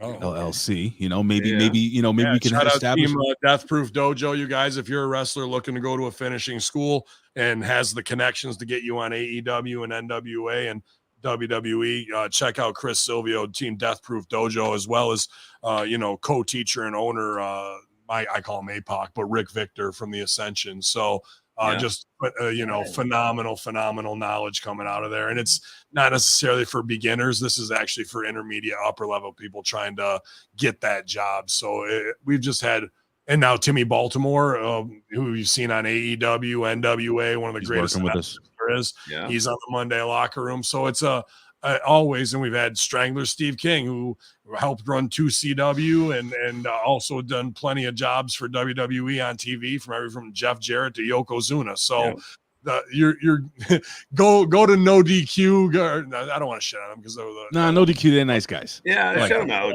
I was gonna say we'll give them a little love. Go to Fightful or support. I like Aaron Rift. Yeah, I like them too. I did, it was in my head. But does Fightful have anybody who's put in that type of grind to have that level of veteran lineup? Absolutely not, bro. So that's why you're getting the real from HMG. We do have a mix of pundits who went from fans to hosts to that. And believe me, that's all part of the grooming of what we do of young boys over there, like we're New Japan in the Yakuza. Young Lions. Yeah. That's how this channel worked. Right. That's where I started. I'm absolutely happy to just get time to sit there and kind of be under the learning tree of hear the whole story and everything of even hearing about, the ins and outs or what went into your creative process when it came to booking the shows. It's just fascinating to hear. I just want to real quick, because I know we don't have much time and I know you guys are going to continue, but Ben, you always say that something about people finding each other. What's the thing you always say? Best will always find each other, man. And it's all kindred spirits for this love of the art of performance art and physicality and comedy and drama that's all involved in it, man. And then talking about it and finding a fan base to interact with in your niche audience. It doesn't matter what you're into, whether it's 3D printing, anime, fucking you're gonna find your tribe. And and it's always going to be expanding. And some people will have to be executed and exiled from the tribe for the betterment of everybody. You guys, are there any questions real quick before we run off? And I wanted to run something by you boys before. I know Ben might have to jump off before me, but I have to jump on my wife soon. New podcast on Channel Attitude with Shelly Martinez, actually, and Stoner Jesus. So Weed podcast coming up here at 9 o'clock. There you go. Yes. I'm all about the vitamins, but no, I think I'm all set. I think I've I think we're good. We went longer than I expected, so I got nothing but time is precious. So anybody that wants to share their time with me and the channel or anything that we do, we do appreciate it. So it was great insight. I'm blown away. Super appreciative. Hey Ben, listen. I'm gonna stay on with these boys for another 5 minutes if you want to run off. But if you can put over your social media and stuff like that, that'd be awesome. Yeah, easy to find me at bin_Hamin. At Hamin Media Group is usually the whole crew running that social media.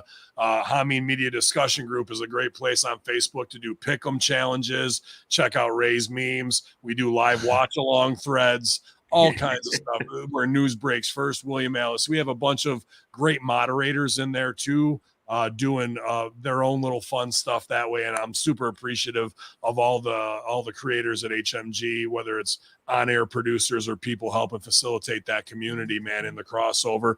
But if you guys don't know, it's channelattitude.com. I'm on Russo Brand and Hamin Media Group. And if you want to hear the real inside stooge on this, go to patreon.com/Hamin Media Group. And I'm going to be breaking this down in an entire series called The Consultants, as well as former content that I have up there, Master Shoot Theater Animations, where Vince McMahon lives. And we have an alternate universe for Vince. And, it's just been great being able to create with so many like-minded people who want the real talk, man, and not some bullshit Mark line or having to deal with Mark fans. I guess we're all Marks for something, but we try and do that real talk at Hamin Media Group and make ourselves different than anybody else, man. So thank you guys for reaching out and asking the real questions. And I look forward to working with you again or being a guest and having you guys over at HMG. By all means, we look forward to a budding relationship. So absolutely. Thank you, Ben. Thank you. No, and if you really wanted infidels, September 17th, Canada Joe Harry, New York, bring $5 and I'll slap you across your moron face. Yes. It's Hacker Hamin. I'll get the virtual smack. No, right. he legit. He legit slaps. Oh, I know. I've seen it. So my co-host. I mean, how brilliant is this? He charges people to slap them. You're right. I mean, seriously. So anyway, listen, I wanted to stay on with you guys a few extra minutes real quick before I go jump on, like I said, jump on my wife. To really, what's that? Get it. Well, I'm gonna try. Listen, I'm 46 years old, brother. I gotta do a little stretching beforehand. But listen, man, seriously, I really love what you guys are doing here. And I know it's a little weird when somebody just out of the blue comes out and says, hey, I really want to work with you, and I really want to do this with you, and I want to hang out with you guys, and I want to, do some cross promotion. And, because, in this business, in this pro wrestling business, and again, I grew up in the locker room, it's a fucking shady business. But I can say one thing. I think myself, Ben Hamin, the guys at HMG, the guys at the PW Hustle, the guys at the PWC, the guys at the channelattitude.com, the Big Vito brand. You set me up for all these whats. I'm having like a trigger. What? I could have done the Austin right between there. But let me tell you something, brother. Our thing is to, like I said, create families. And I'm hoping, now I'm going to ask you guys on air. I would love to just do a regular podcast with you guys, maybe in a week, next week, because I'm going away to Florida, because me and my wife, we're going to be moving. We're leaving this shit city in New York, and it's shit. It is the shits here, even though we live in a very nice neighborhood. I got to be honest, in a very nice house, but it's the shits here, and we're moving to Florida. We're getting the hell out of here, and snowbird. Ugh, no, brother. Let me tell you, bro. My bones are very old and they hurt. So I think I need some warmer climates. But is there anything you guys have questions about or anything before I run? Question wise, no. I mean, like, we greatly appreciate it, like we said. And again, when we find like-minded people, and I don't care what the backstory is, what the rumors are, what the whispers are, it's what people bring to the table. And if you put yourself out there and you're genuine, and I think you touched on this, Ray, you bump into people for a reason. You don't cross paths with souls for no reason. Nope. And don't know how this happened. We were a little like, oh shit. Blessed. Absolutely. Right. We were, up until about, an hour before the show, we were like, is this really going to be a thing? So I was Charlie Bucket finding the golden ticket of just what the fuck I've got. So no questions. Obviously, nothing but love and respect. If you want to shout out to what you guys have going on, and of course, we're going to continue to talk. And I'd love to see, you back here, Ben, and see where this can go in both directions. Well, what I would like to do is hopefully, because again, we do have a ton of talent that we work with, and not just just pundits, but guys and gals that are in the business right now. Like I mentioned before, the sexy Chris Silvio, who's on NWA all the time, his beautiful wife Jenna, who comes on with us, and she is a half woman, half machine, and totally amazing. I will say that. Just tons of really great wrestling minds that I would love to throw your way and have on your show, and you guys can pick their brains. Absolutely. This is the relationship I'm trying to do. And also, again, like maybe a Thursday night, I jump on with you guys, do this with you guys, if you guys are cool with it. Because again, I'll be away for like 2 weeks when I go to Florida in about a week and a half. I would love to just continue doing this. If you guys, I'm going to implore everybody that came on from the PW Hustle, from the HMG Army, from the Big Vito brand, from Channel, everybody that's in the chat right now, there's a bunch of names that I see there that are very familiar with us, and I genuinely appreciate you guys so much. My brother, the Rick Vickery right now, he's leaving comments also. That's my boy right there. Frank's Picklebarrel ass, Elizabeth. I mean, I can mention all the names. I'm not going to do that, but I'm going to ask you guys to do me a favor. Support these guys here. They are on every single night. If there's a pay-per-view, check out their streams. It's live. I mean, literally every evening when I'm going to dinner break, I jump on and they're there. Yeah. So do that. Support these guys. Follow them on your social medias. If you could put over your social media before we've got a ticker and everything. Yeah, we're the wrestling friends you don't have in real life. That's it. So give them a follow now. For my new friends here at Wrasslin for Life, and it's funny because it's so funny because I actually, one of my pet projects is an old school wrestling podcast called and I've been doing this for at least 8 years. It's called the Pro Wrasslin Reflection. And I have the professor and my buddy Tommy Wonder, who Tommy Wonder, Now, the professor, we call him the professor because he knows everything about wrestling. But Tommy Wonder is another guy that he learned under the learning tree of Scott D'Amore. He also, I can have him come on with you guys. I mean, this guy is so brilliant, and he's been in the WWE. He's done jobs there, and he's actually, I think he played a druid for the Undertaker. But neither here nor there. Listen, I gotta run, but I'm gonna ask you guys to do me a favor. Please give me a follow on not only on Instagram, on TikTok, or yes, I'm on TikTok, and also on Twitter at Big Ray Hernandez with an H, Big Ray Hernandez, and also if you can follow our group at Hamin Media Group on Twitter. And also, I'm gonna ask. I think I sent Nick an invite. He's part of the group. I gotta find you, KJ. If you can find me on Facebook as well, I would love to bring you into the group. Sweet. To get the people, getting to know you, and I would love to get to know you personally and stuff. It's Hamin Media Discussion Group on Facebook. You send the request, and we'll accept you guys. I love your audience here. I love everybody in the chat. You guys are just fantastic, and I mean this from the bottom of my heart. I feel blessed and lucky to have met you two gentlemen, and I'm looking forward to having fun with you guys and talking some wrestling. Yeah, absolutely, man. I'm almost speechless, and that's something that we rarely are at this channel. I'm over the motor mouth, and I'm just over here with the mumble mouth. I don't know what to say. I'm coming down with the vapors here. Oh man, yeah, no, over here. Big Ray, you're doing great things. We appreciate it.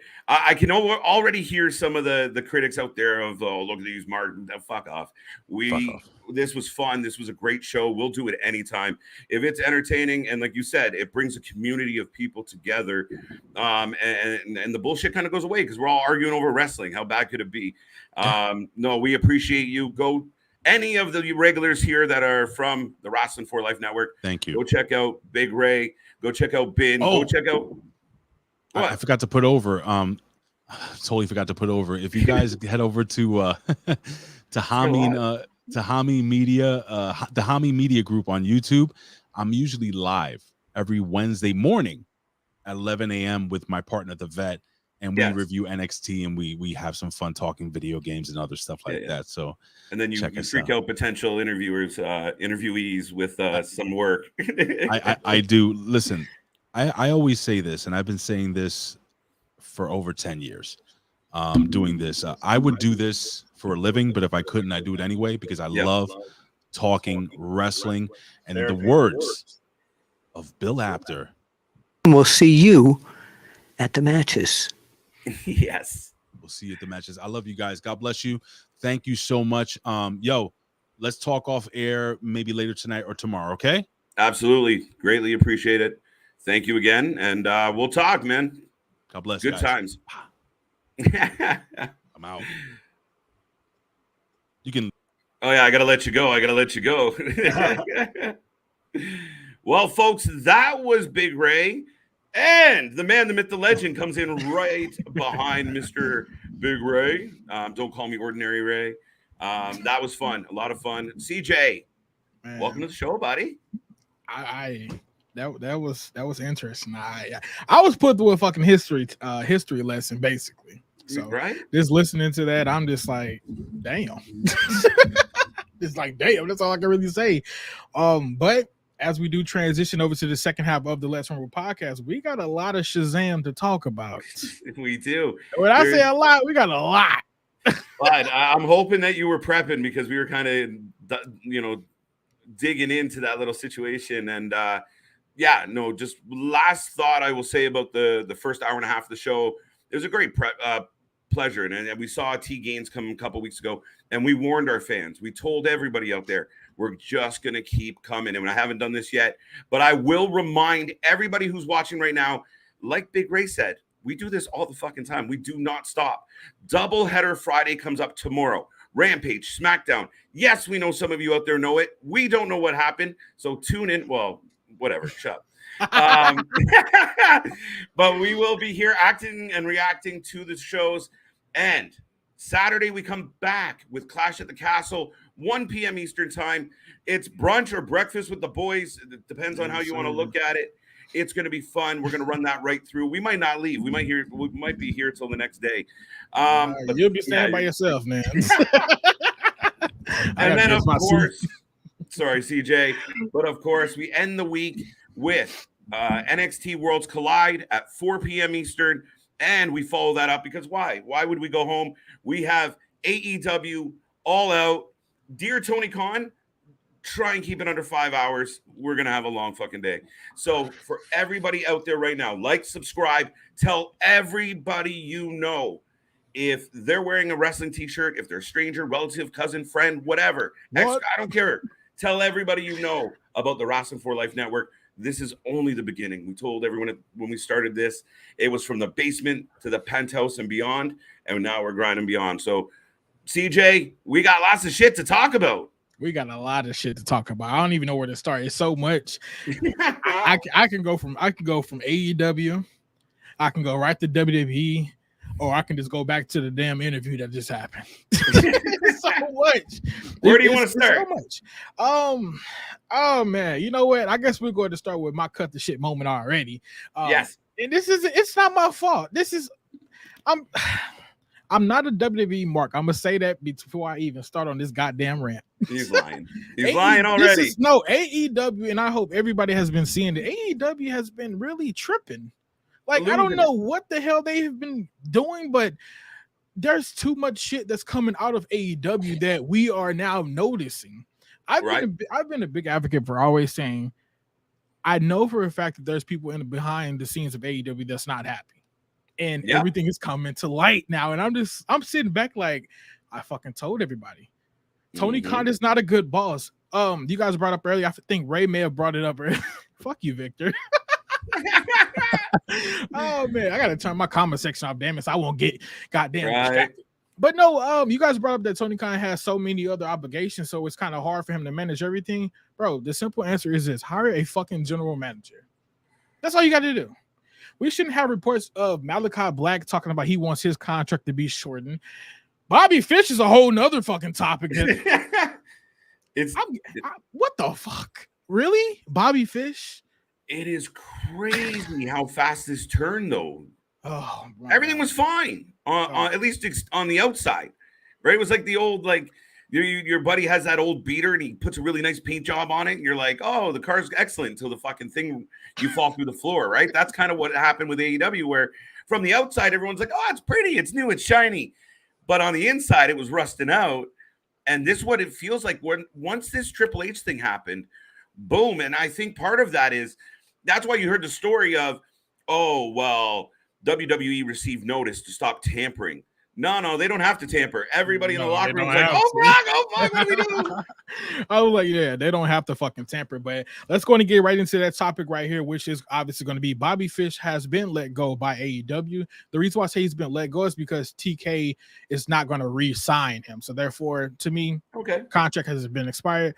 Technically, they could have re-signed him because his buddies got 5-year fucking contracts, but he got 1 year. What the fuck? How does that happen, bro? He brought up another point. I think Hamin said this earlier. Tony Khan is banking off of these ex-WWE guys. He's taking them from that company, signing them to his company, and already putting them in that same kind of gimmick. You did that with the Undisputed fucking era, made them the Undisputed Elite. Now you're dropping one. So what does that mean for Adam Cole and O'Reilly? You got a rivalry already set up for the Undisputed Elite versus the Elite. What the fuck? What's gonna happen now? You fucked up. And this is what I'm saying. Tony Khan does not know how to write his fucking show. You can't keep booking these matches and not having a fucking story behind them. You release one of the guys that was supposed to be a fucking main person or main factor, as I was saying, and now he's fucking gone over some fucking comments that I'm gonna say he didn't sign him back because he went on and spoke heavily on fucking Triple H. That's been speculated that he fucking speculated. Have you heard the interview? Parts of it, not all of it. Just clips. I'm trying to find the transcript for it so I can read word for goddamn word, because basically the main thing that I took out from it was Bobby said that he would go to war for Triple H. Yeah, that's what he said. He'll go to war for Triple H. Yeah. So I guess Tony Khan he's already like, well, you know what, fuck WWE. They've been treating me like shit lately. I can't really win for anything. They're not letting me grow. They're trying to take me down. So you know what? Fuck it, Bobby. If you want to say you like them, then go back over to him. I mean, like, come on now. Early Tony Khan. Malachi, quote unquote, he said he wanted his release. You guys denied it. Miro did the same thing. Asked for your release. It got fucking denied. What the fuck? Well, and I think you touched on it right out of the gate there. It's like, why would Fish get 4 years less than the other two? Thank you. Is it? I don't know. That's weird, right? It makes no sense. So now let me ask you this. Wait, what? Boss, what the fuck are you talking? Shut your ass up. Fuck. Anyhow, did Bobby Lashley did Bobby Fish, to me, Bobby's in the wrestling industry. Did Bobby Fish come to AEW before Adam Cole and O'Reilly? Or was it Cole first and then Bobby and O'Reilly? Because I think okay. No, it was Cole first. Cole did come first. I remember that. Right. I think so. I'm not for sure. But anyway, yeah, because O'Reilly ended up in. Sense. Sorry, I was just going to say O'Reilly ended up in that stupid gimmick with Von Wagner, where they were out in the woods and high fiving. Right. Riley came last. He was the last person to come over there. But it just doesn't make any sense unless Tony Khan was like, I guess, hey, you always going to be injured and shit, so we can't really guarantee a 5-year contract, but it still doesn't make any sense. Cole is there to 2027. O'Reilly is there to 2027. Me being Adam Cole and O'Reilly, I was like, you know what? Hey, Bobby got to stay with me as well because, this is us. This is our faction. We all grew together. We wrestled together on multiple, companies. Mm-hmm. Why the fuck would I sign a 1-year deal? Or was this a plan from Bobby all along? Dude, it's like fuck. You meet you and Nick, you busting our ass together, and then they're like, okay, we're gonna sign you over here, and we're like, oh, that's cool, and they're like, but not you, KJ, you get 1 year, or like what? Right? What? Like, why would one of us get less? We are like, and I get it. Some people are gonna argue, well, he was injured more, he was worth less. Nah, that whole fucking group had value as a unit. They all have, and they still do. They still do to this day, but. Mm-hmm. If Tony Khan if he went from the perspective of Bobby, you stay injured the most, so we can't give you a big contract. That's understandable, but it was bad timing because Bobby is a free agent as of today. First of all, he doesn't have another month. He's done. So with him getting his contract is over as of today or whatever, and fuck off, Pickle. I got a fucking beard, damn it. You were talking backstage. It was funny because Pickles knew he came with the crew, and funny man. Like, thank you. Yeah, shit, hella funny, but welcome. Man, talking about that beard gets you 2 years, damn. But damn, I lost my goddamn train of thought talking about goddamn beards and pickles and shit. But yeah, I really forgot the damn train of thought. That's crazy as hell. So I guess I ain't got no other choice but to tell myself to cut the shit. Right. Victor, thank you for that. Damn, I'm upset. I forgot about that. I can move into some more AEW shit from some more Tony Khan. You touched on something I want to touch on, and you. Please. What's that? I said, please, because I refresh. Yeah, no, I got you. You mentioned and Big Ray and Ben brought it up as well. When you have so many hats on and so many, like, I don't know how it's allowed to happen. Like, I mean, at some point, shouldn't somebody involved in one of the organizations, like his dad, say, "Well, Tony, you're doing the wrestling. Maybe you shouldn't fuck around with the Jaguars," or like it's kind of fucked. Like. To grow up in a life that your dad's like, you want the football team? We get the football team. You want this? We get this. Like, it's just, he gets everything he wants. It's fucking amazing. But that all being said, you can only do so much.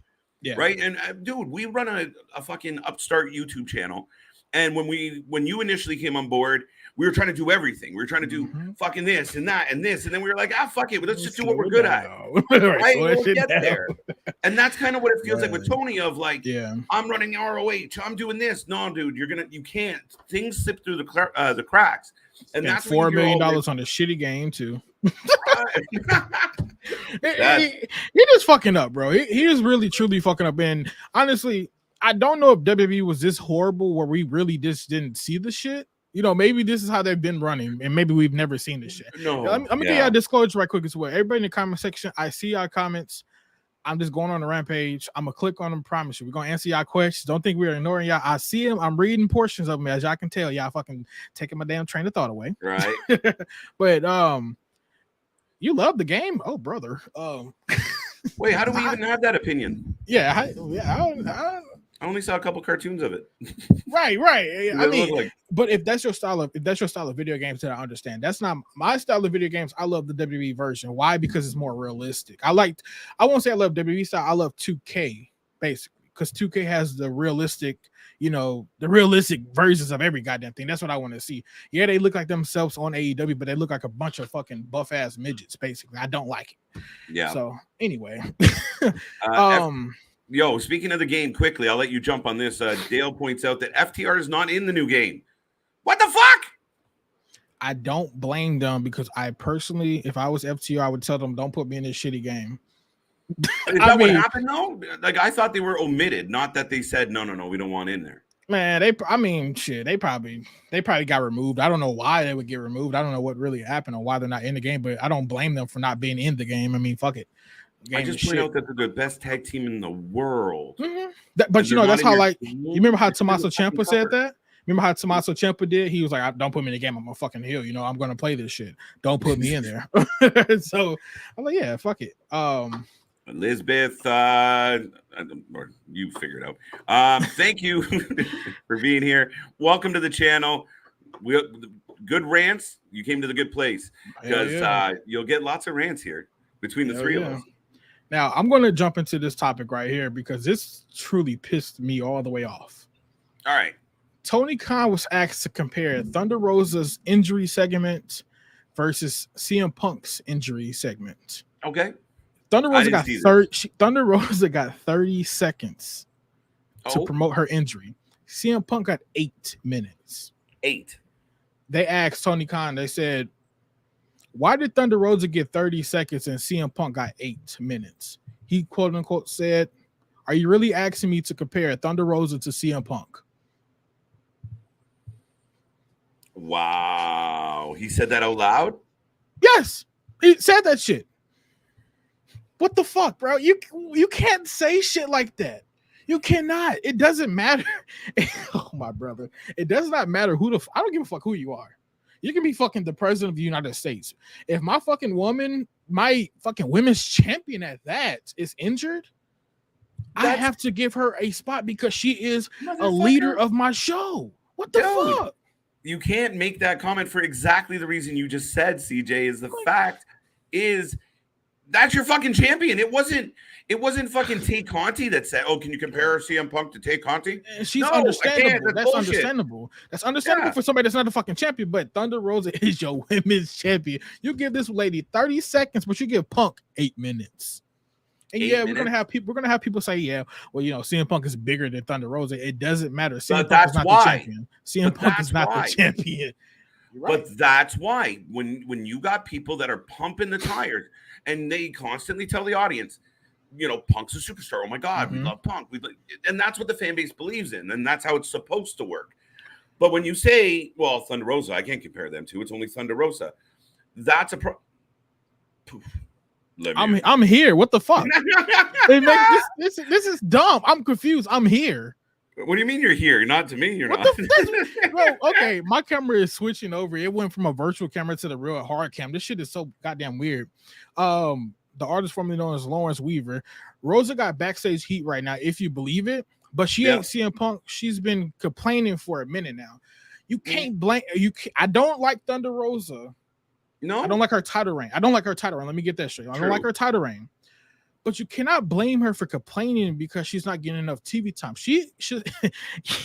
Tony got women in positions where they don't belong at all. Toni Storm should be the champion, honestly, in my opinion. She will be. She should have been one of the Ruby Soho should have actually been the champion.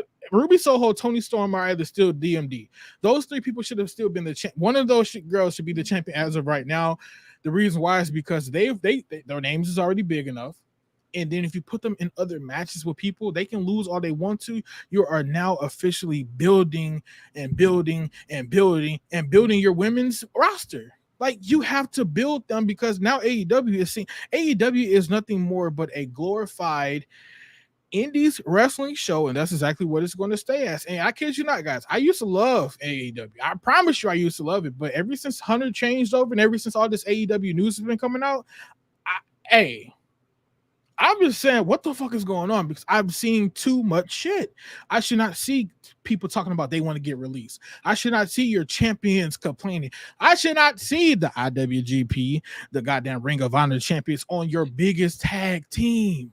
Why the hell don't we see Swerve Your Glory fighting on Dynamite? Why are they on Rampage, the secondary show? What sense does that make? Make sense. Please make that make sense to me. AEW is a main brand, right? Yep. Why the fuck is IWGP or the New Japan belts?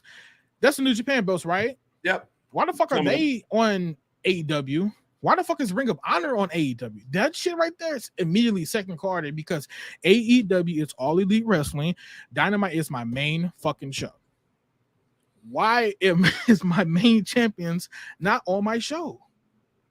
Well, and I mean, we talked about this a lot. And I mean, this is an interesting thing, because then again, at times we've been accused of bashing AEW, but when the shoe fits, you and I and Nick have been on this stream for hours just shitting all over WWE. I mean, we just did it with Ray and Ben, where we were discussing the fact of like WWE just shooting themselves in the foot every fucking chance they got. Yeah. But Tony had that grace period where the fans were just like, a fan like me, when AEW started forming, I got sucked right in. Right? Like, the only reason why I'm doing this YouTube channel right now was the onset of AEW. My point exactly. Thank you. Hey, I'm telling. That's why I keep trying to tell people, like, Vic, I know you. I hope that you're joking, but I'm not a WWE mark, bro. I promise you, I'm not. Boss even said it too. I'm not, and I'm gonna prove that shit to you guys later on in the show. Trust me, I got a lot of shit that I've been holding up back, motherfucker. I've been gone. I got tons of shit that I want to shoot on from both. Yeah, there you go. Even some more fucking championship belts that shouldn't even be on AEW. AEW needs to build their own foundation. They're never gonna be able to do it, because Tony Khan is still relying on XWE guys. He's still relying on fucking dream matches.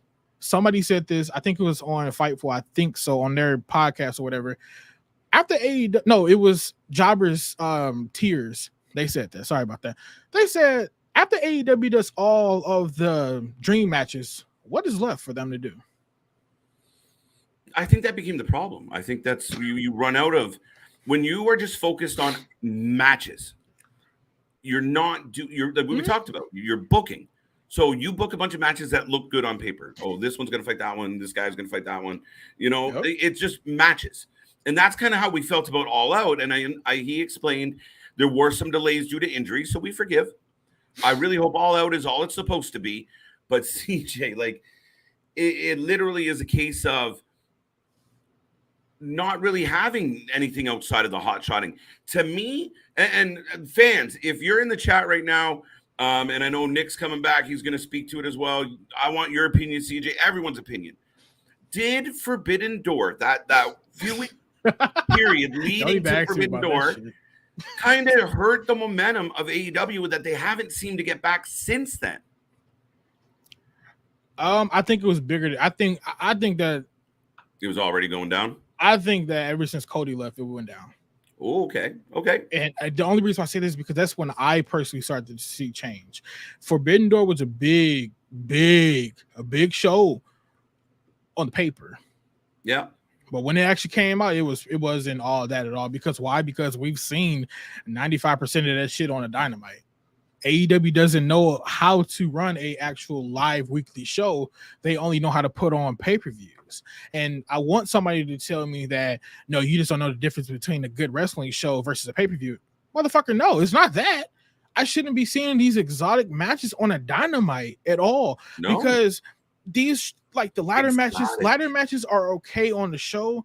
John Moxley bleeding 24/7. I don't need to see that shit.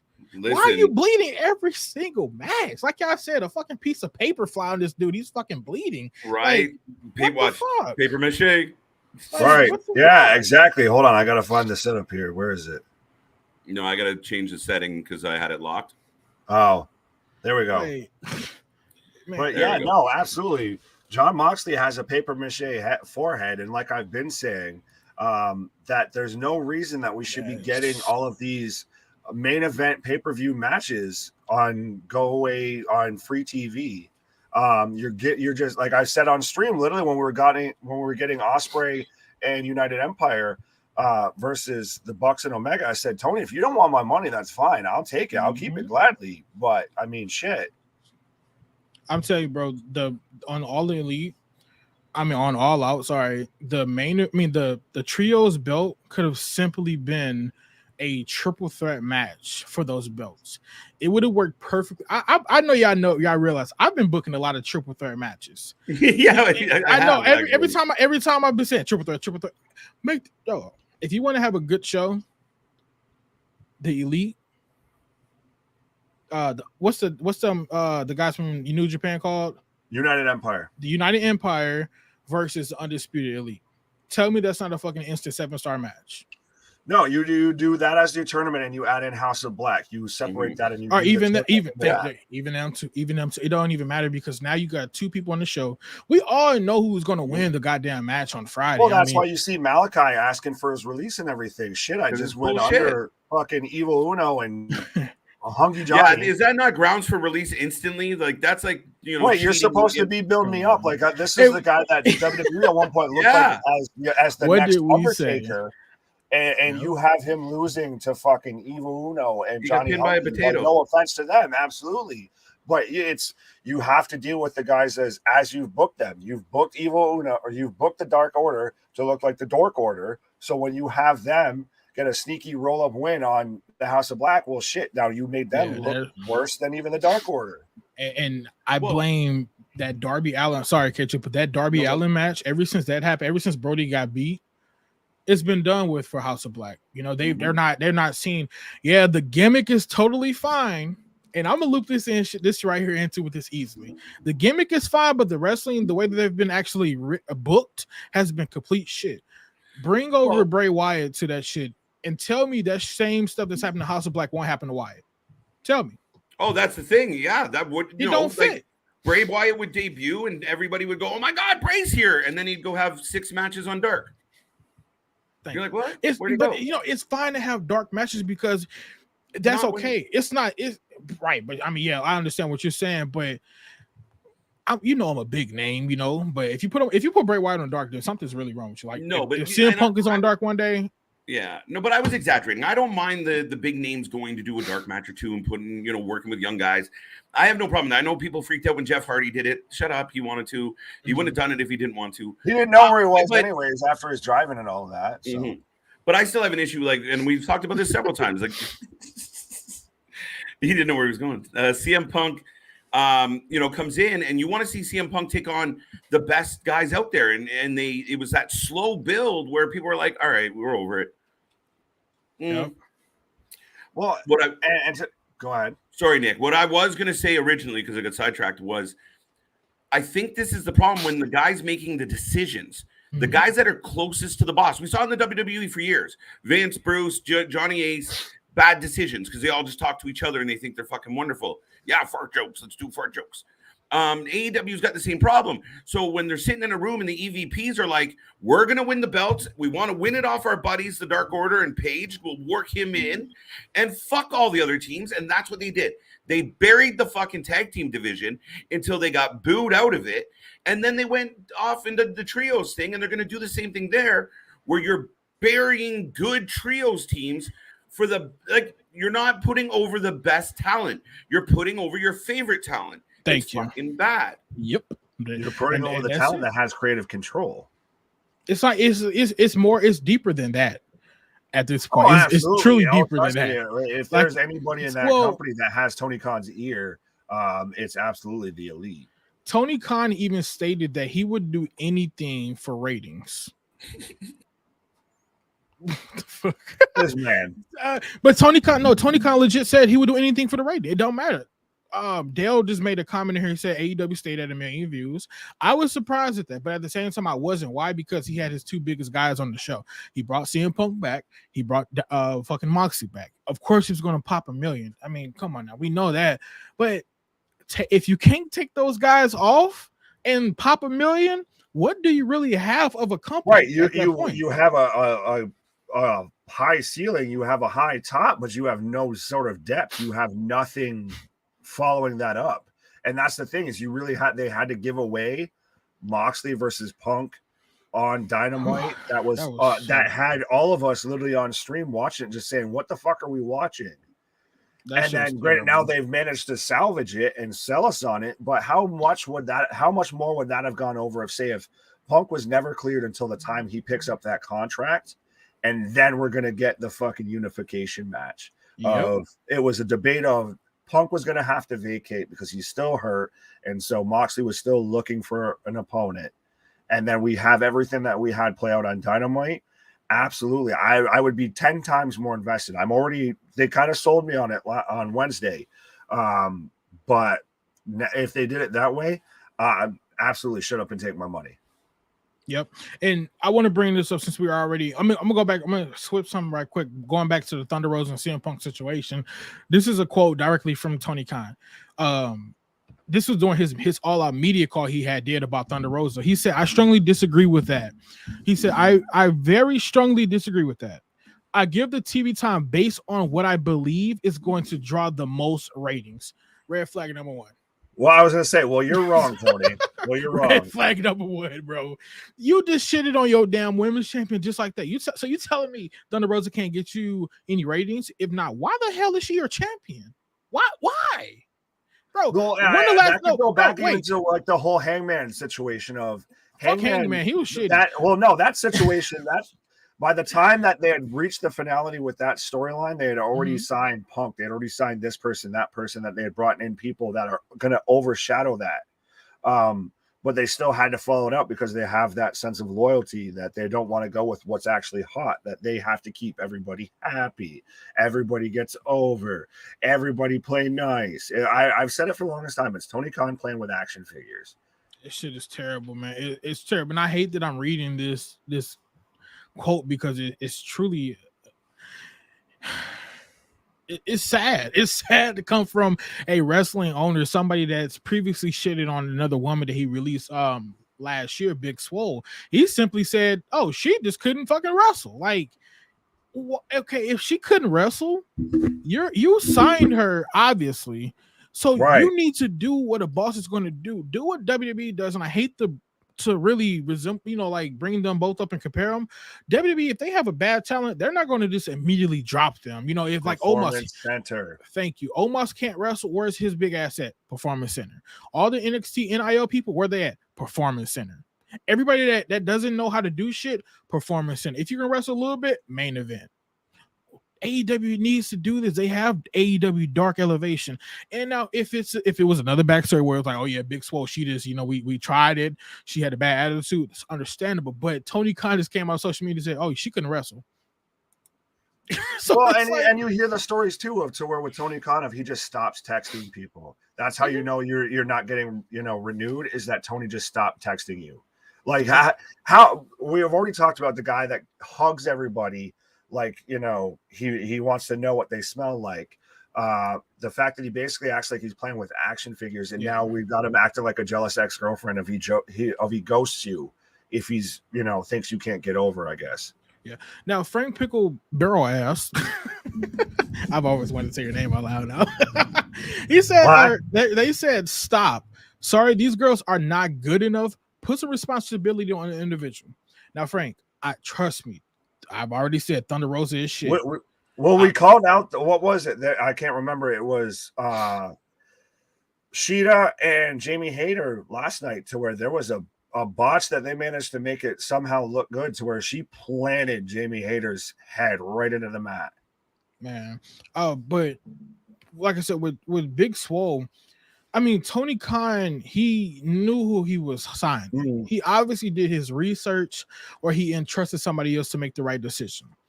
Don't just release a talent and then go out and publicly embarrass them by saying you couldn't wrestle.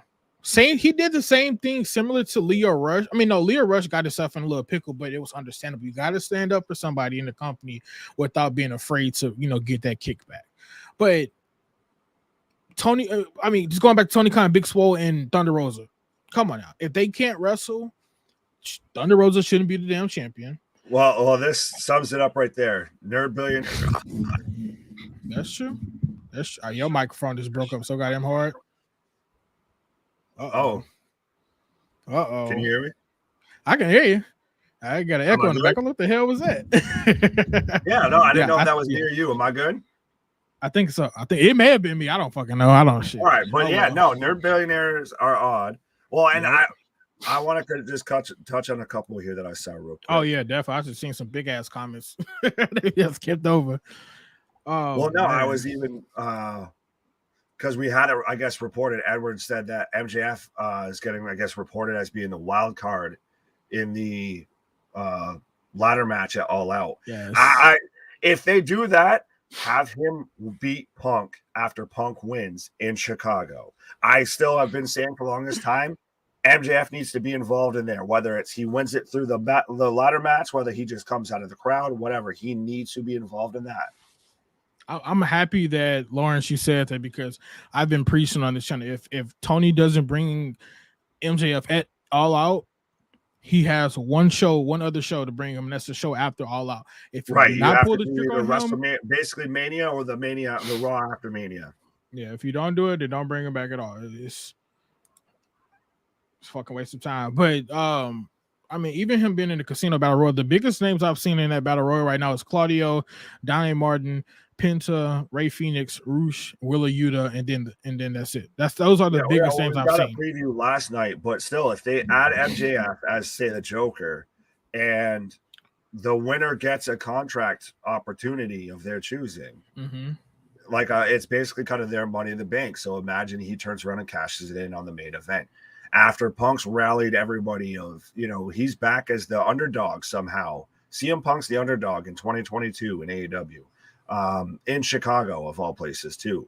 But you just have MJF go over at the very end, and you just rip all of Chicago's heart out. Yep. And just instantly, he's the biggest heel in the business. Yep. Lauren says, is AEW willing to put in the work on talent behind the scenes? I mean, WWE got an actual performance center. We're talking A team / B team. Yeah.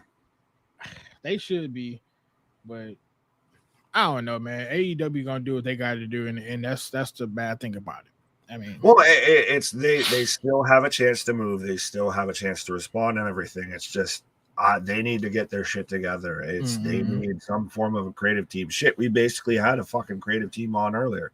Yeah. So Tony can't do this all himself. It's very obvious at this point that can't happen. That doesn't work. It's turned the fucking locker room into a dumpster fire.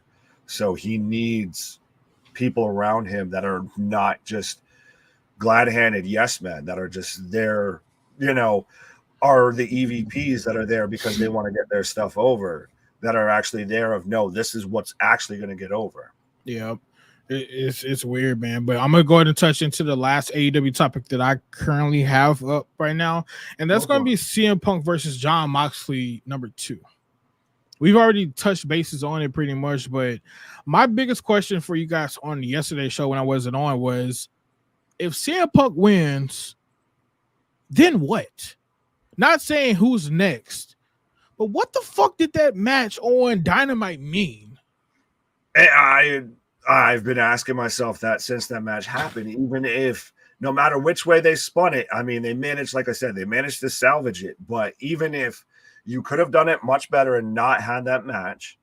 And so if Moxley then wins, so what? He whooped his ass the first time, and then what? He does it again? That's what I'm saying. If we see CM Punk go longer in this match, that total first match was a complete waste of fucking time. It was nothing truly but a fucking ratings pop. And that should not be what you should be doing.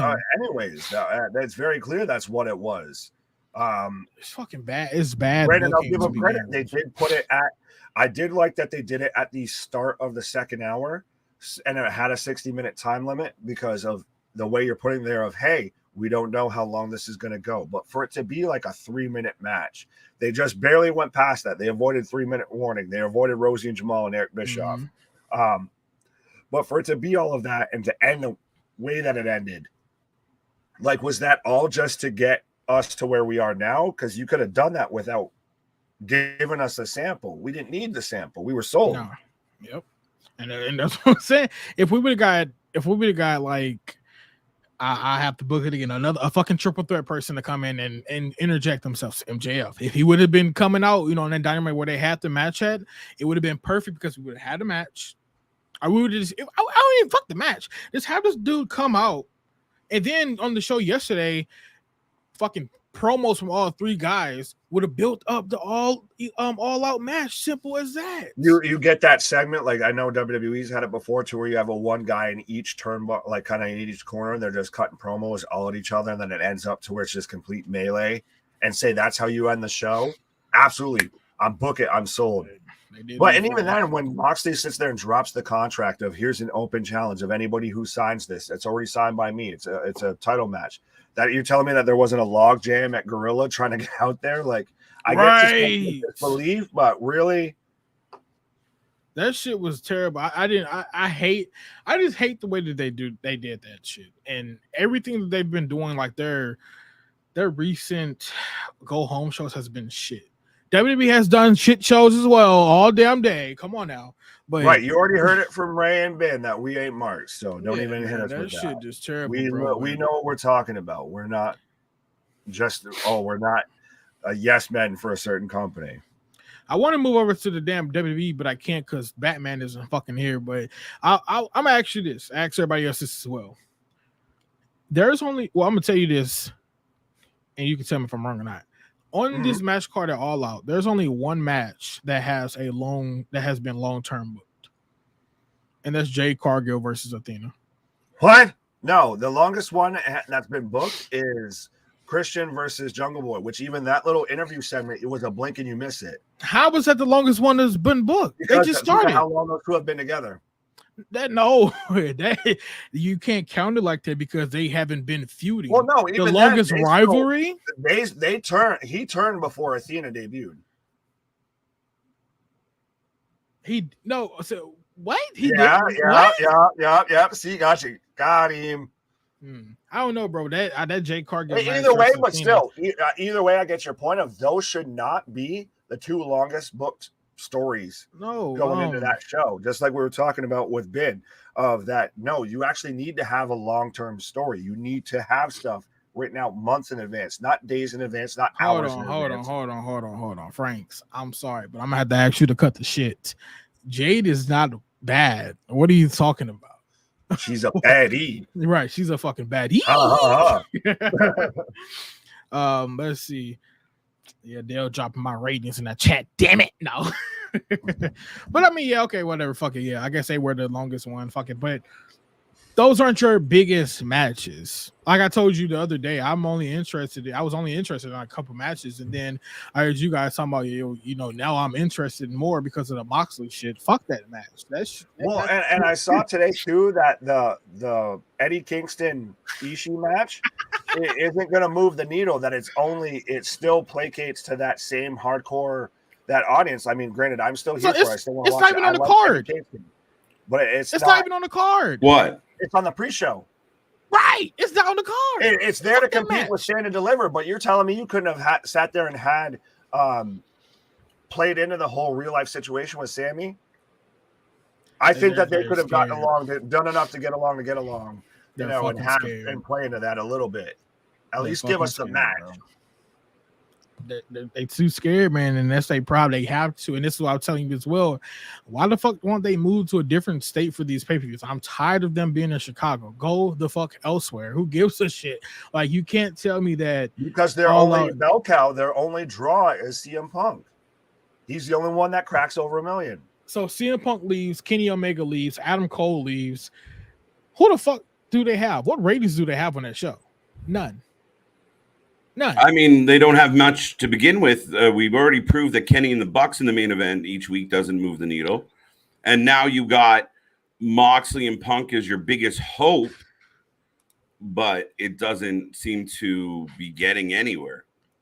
Man, that's a bunch of bullshit, man. But you know, it's AEW gonna be AEW. They got their shit coming up. We had a whole goddamn month in fucking 3 months, basically, of gimmick ass shows. It's the shortest book. You shouldn't be having all of this hype. You shouldn't be trying to sell people or add matches on the go home show. That should already be built up. You should be just hyping up storylines at the end. And Lawrence brings up another point as well. Yeah, I'm over in Chicago too. They are pandering too much on Punk. They need to just eat. I mean, oh damn, I read this around. They need to just East Coast it and promote some of the Ring of Honor guys. Tony doesn't know what he's doing with Ring of Honor. No, not but what if it's this, guys? Because it felt so over the top and so placating to the home fans. They're losing their mind. What if something happens on Sunday that most crowds would boo and freak out about, but this crowd's going to go insane about? I.e., I keep saying, is there any chance that Punk and MJF somehow bury the hatchet and work together to get this belt away from Moxley? The 2-man power trip, like they do, yeah. He's the only guy here I respect. Was convincing the world he didn't exist. Yeah. For the reason I said, it's a T-Rex arm reach. It's not bad, but you're halfway. I mean, I think they work better as both. I think it works better as old guard versus new guard of the rebellion. Yeah, I don't know, man. I don't know. I can't. Only way I see MJF is really getting into this is whenever the match is over with. 14 matches for Sunday. The fuck. 5-hour show like normal. 6, 7, 8, 9, 11, 12. What? Who the fuck is watching 14 match? Oh, y'all have fun with that shit. Right. I'll be on YouTube. That's for what? For All Out. It's 14 matches on the card. There was fucking 6 on Wednesday. Right now. There's 14 matches. There's Mox versus Punk. The women's championship match, the AEW's world championship match, the trios match, casino ladder match. That's 5 right there. All Atlantic championship match, the TBS championship match. Who's fighting? Who's taking Kip Sabian and Pac? Oh, that's right. They're building the Kip. I forgot all about that. That's finally his ass is out the fucking box. Anyway, TBS match, Chris Jericho versus Bryan Danielson. We got Miro, Sting, Darby versus House of Blue. We got motherfucker. What? Hold on. Oh my god! I swear to God, just seeing MJF. That's crazy as hell. FTR and Wardlow versus Jay Lethal and the Motor City Guns. Christian Cage versus Jungle Boy. Ricky Starks versus Powerhouse, and then the pre-show Eddie Kingston versus Ishii. What? I think there was about good 12 matches probably that I see on this card, but it may have been 14. I'm not going back and count that shit. Like when you list that out, some of that shit feels like a Dynamite. That's because though they keep doing shit like Quake at the Lake and all of that. Great Balls of Fire, everything. Bro. Every show is a mini pay-per-view. Every show is in your house. So when the pay-per-view grows around, the pay-per-view don't feel so special anymore. And like I said, bro, earlier, FTR and Wardlow shouldn't even be a match. It should be FTR versus Motor City Machine Guns for their belt, for the Ring of Honor belts. Mm-hmm. Jay Lethal versus Wardlow for their the TNT. Absolutely. Why the fuck won't we have that? What is wrong with you, Tony? Like, this is dumb booking. Family Jones has stopped the what chance? Oh, sorry. All right. They don't ever stop. What? Nah. Shit. That was a bit much even for me. And I don't want to say the word. But yeah, it's become an outbreak on the channel. It's not our what-itis. Shit just happened right there. Right. What-itis. The what-itis is kicked off hard. So yeah, but we're gonna move over to WWE if you guys don't mind, because I don't want to keep talking about AEW. Perfect. Because I want to bring that up. Yeah, no. Yeah, let's go WWE. So I'm gonna start off with one return so far. One return that we got that's coming back to WWE. It confirmed? It is confirmed for sure. Yes. This person is coming back. Yeah, I think I know he's talking about. Ryan Katz is back. The guy that used to work for NXT. I think he's been up there for like 9 years. Yeah. He's been one of the guys that's been around for the whole entire spiel pretty much for NXT. So now Triple H has been able to hire him back. What I've been hearing is this. Hunter currently has HBK running 2.0. But once NXT Europe comes around, HBK is going to be running Europe. So now we're trying to figure out who's going to be running 2.0. And my guess right now is him. Okay. That makes sense. That's what I'm thinking. I'm thinking it's going to be him because he's getting his team together. He's getting certain teams to run certain shit. Because NXT Europe is one, but he's supposed to be doing other NXTs as well in other countries and shit. So he's going to have a fat ass team pretty much. And WWE is officially going to be able to go global with their NXT brand, which is going to be awesome. Mm-hmm. Playing chess, not checkers. Facts. So I don't think you guys know about him, but if anybody does know Ryan Katz, he was on the what's that? Oh, you didn't know podcast with Road Dogg, and they confirmed that on there. Yeah, I had heard about it a while ago. He's kind of his co-host, and he used to be a writer on Black and Gold NXT. Yeah, so he's officially back now. WWE has 6 matches, nice and simple. They don't need all that bullshit because why don't WWE need that many matches? Because they know how to write. Ooh. I'm sorry, Triple H knows how to write. Made me quiver. And he knows how to book it. No, I'm saying it's so weird to hear that out loud and like kind of be like, okay. It is, but in Triple H's era, come on now. We've already seen the wet works. We already seen what he can do. Okay. Now there you go. Braun Strowman is also his big ass is back, and I don't know how you guys feel about that because I'm not here for it. I thought he was too CYN to ever go back to WWE. Absolutely, I thought he had Ultimate Warrior Rybacked himself. No, the other way, out of being in any sort of favor with that company. So it's super interesting, and I do really like that.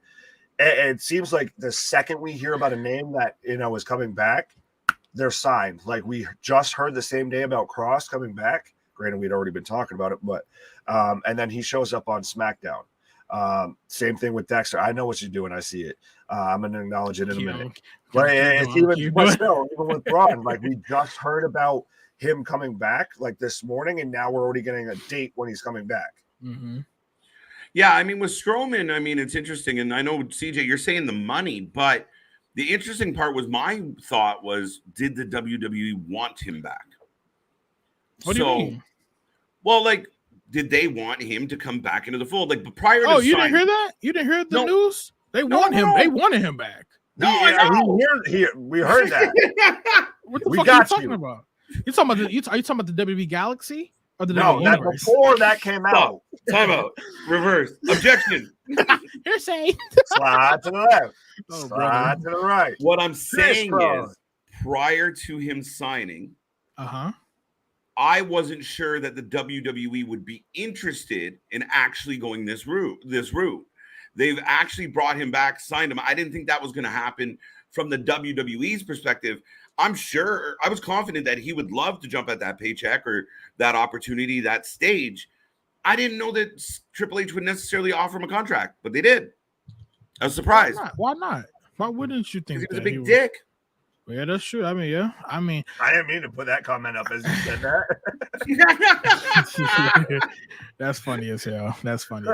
Yeah, I mean, I'm not really that happy that Braun is coming back. And the reason why is because I don't see any fitment for him right now. Because I mean, yeah, you got big ass guys on here, but can you name one big ass dude that's been on TV recently? Because Omos is gone. Vera is nowhere to be fucking found. Drew doesn't count. Roman doesn't count. Cross doesn't count. They're not big. They're not big guy. Okay, that one. Right. See, that's what I'm talking about. You're talking about the wrong fucking big. I'm not talking about publicity wise at all. I'm talking about size wise. Roman Reigns is not big. Cross is not big. Cross is an average guy. Roman Reigns is an average guy. The only big guy you can talk about is fucking Drew, musty ass, but he's not even that big either. These fuckers are mid-size. I was gonna say Roman's like what, 6'4"? Who gives a fuck? Who gives a fuck about the height? I'm not talking about height. I'm talking about big, muscular motherfuckers that's on TV. Roman's huge, bro. This dude don't even have a fucking abs. He's not fucking Lashley. It doesn't matter. You guys are defeating the purpose.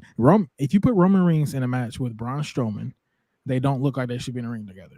Well, absolutely, they do. A fucking freak of nature. What are you talking about? And that's what I'm saying. Who the fuck is going to fight Braun Strowman Roman, Drew, Cross, Bobby. Well, because what Cross you do, can't fight Braun Strowman. What the fuck? That's like putting Ricochet in a match with fucking Hornswoggle. no, I like the idea of Cross actually. Right. What No, do I think we've heard all this talk about Roman dropping the titles and all of that. I think at most, and I've been saying this, whether they do it through the draft one way or another, I think they take one of those titles off of him so USA can still get another main title back. And Roman keeps the Universal that he's already got 2 years going with. And you get guys like Cross, you get guys like Braun that compete. Huge. I'm sorry, hold on, bro. Hold on. Yeah. Shaky is not huge at this point. This motherfucker's on TV dancing Shaky to Jinder is Mahal's shaky. song. That's what he is. But he's a big man. Oh, That's why it looks even fucking So dumber is that he's dancing. He's, Satnam, and who's lining up to buy tickets for Satnam? Okay. You know what? Let me pitch this. Since Braun Strowman is back, we've already seen Braun versus Roman. Could this really truly mean that Roman is going to lose a strap and we're going to get Braun maybe versus Drew McIntyre? Yeah. That's the only match. I think, honestly, especially with all the news about Tyson Fury being at ringside for the main event, I think that we could get Tyson Fury versus Drew McIntyre if we're going to go that route. No, that's Tyson Fury's going to be at. I know he's going to. I didn't realize he's going to be ringside. He's going to be ringside. Yeah, he's going to be sitting ringside. That's what I read. Good. I mean, Nick, I would highly agree with that if this was Vince McMahon era. But now I can't agree with that. I can't agree with that. Go to where it's everything that Vince ever could have done was just terrible. There's obviously shit that worked. He wouldn't be here. Strowman versus Theory was the worst book thing in the world. I'm not saying that was good, but I'm saying I'm sorry. Matter of fact, all the Saudi shows were shit. Let's be real. Name one match on there that was fucking good because they had a lot of shit matches there. The most one, the Elimination Chamber that was there wasn't that bad to where we got who was in there? Going Austin Theory off the top of the pod. Bro, they botched it. They botched it, then they re-showed it with a blackout. What the fuck? Right. It was terrible. Right, but I'm saying that you could very much have a main event, division, I guess, on Raw of whether it be Braun, Cross, Drew, whoever you want, Bobby Lashley. Those are all names right there that you could very much. I think that they strip a title off of Roman one way or another. But Braun doesn't know how to cut promos. Braun sucks on the mic, and I think you don't need him to do that. He just needs to do the big guy that shows up and fuck shit up. But then you get to the point where you got a guy on TV that's like, what if it's because Bray comes back on Saturday? If he comes back, if he comes back, then I'm cool. If not, then Snatching,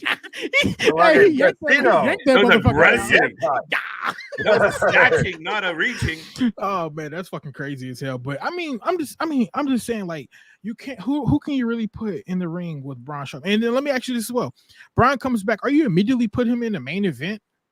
I mean, the main event card, just like that. You have to kind of. You got to put him somewhere near it, not necessarily title. We've hyped up the U.S. title. You do Bobby versus Braun. True. I can see that for sure. Right, and we had someone return on Dynamite who we didn't get the All Elite graphic. Who still looked like a very big beefy boy.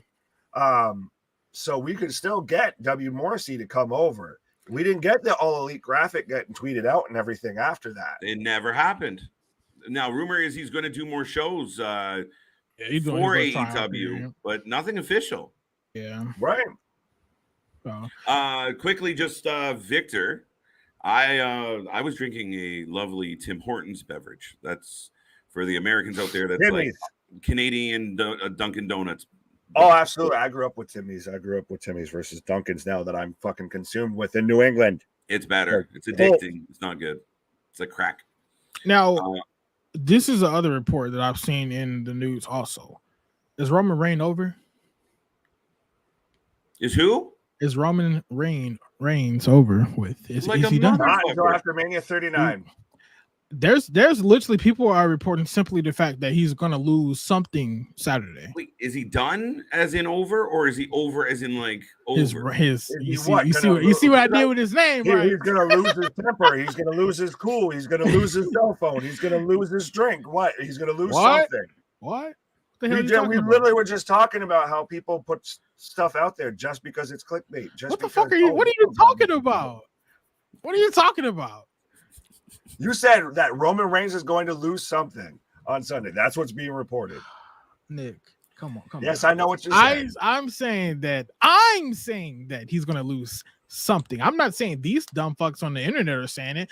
Roman Reigns is either going to lose a belt or he's going to lose both belts. So how do they work in the single belt loss at this point? Theory. Unless it's he loses at Survivor Series. Theory Cashes in, but then he should get both belts. No, because you only can cash in for one belt. It's only for one belt on one roster. The belts are still separated, but they're just undisputed. They're not unified, are they? Are they called the fucking unified belt still? It's just the undisputed. They gave it one name, so to me that implies unified. The undisputed World Universal Heavyweight Championship. That'd be a fucked up loophole. They're fucking terminology. So and then Gargano beats Theory for the title. That's our. For fuck's sake. We're just digging in. All the new fans are like, these guys are marks. No, not at all. It's fucking hilarious. No. Because I was at work. Oh, this man's got notes. I said Roman's gonna lose either one belt or he's gonna lose both belts. And I said the way he can lose one belt is simply for the fact that Theory comes out and cashes in. Okay. The other way is this. Solo Sikoa is going to come out there and screw over the match, screw over some shit. And this is going to be a clusterfuck, which I really don't like this route. So, let me go back, rephrase. Roman Reigns and the Usos are out there. I can honestly see Kevin Owens coming out there screwing up the match as well with Sami Zayn to start a feud between the Usos. I can also see Solo Sikoa coming out there to help fight off Sami Zayn and Kevin Owens. Then I can see Theory coming out, cashing in and winning one belt. Okay. I don't like that loophole. I don't like that shit at all. I'd rather just see Theory come out, cash in, win a belt, and go the fuck home. But if he pins somebody, I'd rather see Drew McIntyre pin. God. There we go. Thank you. I'm happy you said that. I was just about to say I'd rather see Drew win. Drew gets his ass beat. Theory comes out, cashes in, takes one belt away. Then we're good. But if Roman goes down towards Theory, it's a wrap. Theory leaving Cardiff with a belt would blow my mind. Yeah, no, I think you have Tyson Fury involved, whether it be if you're gonna go to where you end heel Roman Fury with the belt, you have Tyson get Drew the win, and there you go, UK Pride. But what I would do is you have Tyson Fury cost Drew the match, and Roman still picks up the win. You get a heel turn from Tyson Fury because Drew's the big baby face. And then you set up probably because they're obviously going to probably do another show in the UK, obviously with the way this sold out. And then there's your main event right there. Drew McIntyre versus Tyson Fury. But isn't that too long, bro? And then let me ask you this, because I love the theory. I love it. But you got to think about it. We got Karrion Kross versus Drew McIntyre coming up after this. Right. Well, that's something you could even just keep for on a belt. If Drew has a belt, then maybe. I mean, I truly don't know. It's so many. It's what Hunter is doing. Do we keep Kross as the second top heel on SmackDown, or does he go over to Raw at some point? Because I feel like he's got to have a strap at some point. I do like the idea of if they split up. I thought they were going to do it with the draft, but if you split up the belts, and we go back to that, there's one champion per show. Granted, I've still booked, fantasy booked KO and Sammy, that whole storyline versus the Usos, to where they take the belts off, start cracking at Survivor Series, and then by Mania 40, we've got KO versus Sammy. I love that idea. It's so much, bro, and I love to talk about this. That's the great thing is when have you been this excited and this, like, when have we sat there and just wanted to spend all day or all night fucking talking about, I could book it this way. Like, could you imagine if they did that way? Or what if they did that way? The possibilities, like, I mean, we've been on these streams for a lot of hours, and it really is a case of we're like, and this is gonna happen, that's gonna happen. But now you can say that. You see how the tables flip. You see how the tables flip right from companies. We can say that shit about AEW. True. And now with WWE, it's like now we don't know what's going to happen because now we're under new management. And this is what I'm trying to tell people. I'm not a WWE mark. This is shit that I'm literally seeing. I was a WWE mark back in the day. AEW came out. I was like, ooh, I didn't like it. I started to see WWE guys go over there. I watched everybody else's talent. I said, fuck yes, I love this company. They had good wrestling. Cody left. Triple H took over. AEW has been a garbage dumpster fucking fire, basically. We see too much shit now. Yeah, I guess it's tying it into our lovely guests and everything that we had before of, like with Ben being involved in the consultant team on Raw and all of that. Like, we're just three guys who just watch wrestling. We're not trained. We're never, booked anywhere. None of that. We weren't on any sort of creative team. I booked myself in a couple we can sit there. What's up? I jokingly said I booked myself in a couple spots once upon a time, but other than that, nobody's ever booked me, so we're good. But no, and we can come up with better ideas literally just in middle conversation. That's better than guys that get paid fucking way more money than we're making to just fuck all this up. Mm-hmm. Oh, we don't have anything for you. You're a fucking writer. Figure it out. That's your job. You got one job. Write shit. Go find something for me. No, I mean, to your point, Nick, and it's funny because you both kind of centered out. Cody leaving is the turning point. Is that really it? Yeah, but because now the more that you look back on it, you get why he left. Before it was everybody was, what are we doing? Oh my God, how did they snatch him away? Of course, it's just because Cody couldn't get himself over all of that. Now that you're seeing it play out, you're seeing it's because no, Cody didn't want to deal with their shit anymore. Cody realized that this isn't going to work, that we're not going in the right direction. That's what it was. Well, that's the thing. Like, and it's funny because if you look back at that Cody situation, what started it was the rumors of issues between him, the Bucks, and Kenny. And that's when the fans went, oh, you don't like them? Boo! That was the starting of his... When he just got booed no matter what he did. It was literally like the old, like, you could put his arm out, everybody boos. You put, Moxley's arm out, everybody pops. But that's kind of the problem with the core audience of AEW is they love what they like. They're the AEW fans out there right now are marking out that the Dark Order is going to go in the finals against, like, are you fucking kidding? Really? Even if you're an AEW, if there's a diehard AEW fan in the chat right now, put in the box, are you truly excited about that outcome of this tournament? Would you not have rathered the final be Bucks and United Empire, or Bucks and House of Black, or Bucks and Bucks, anybody but Death Order? Death Order. Fucking, what are they called?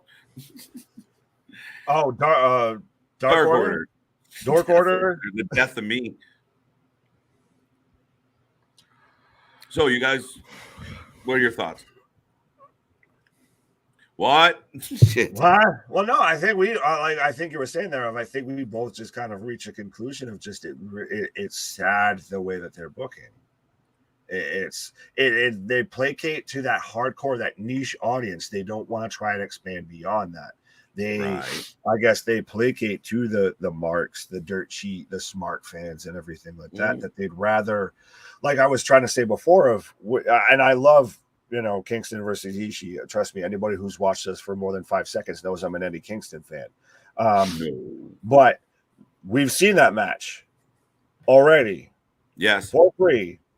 Pissed. That's not going to compete. Like, what's going to compete is the stuff that's already sat there and been drawing headlines and everything. If you have him versus Sammy, and even if, for fuck's sake, if you want to do that as a pre-show to compete with potentially the main event of Worlds Collide, then we're in a competition. Then you've got something that I want to click over and watch.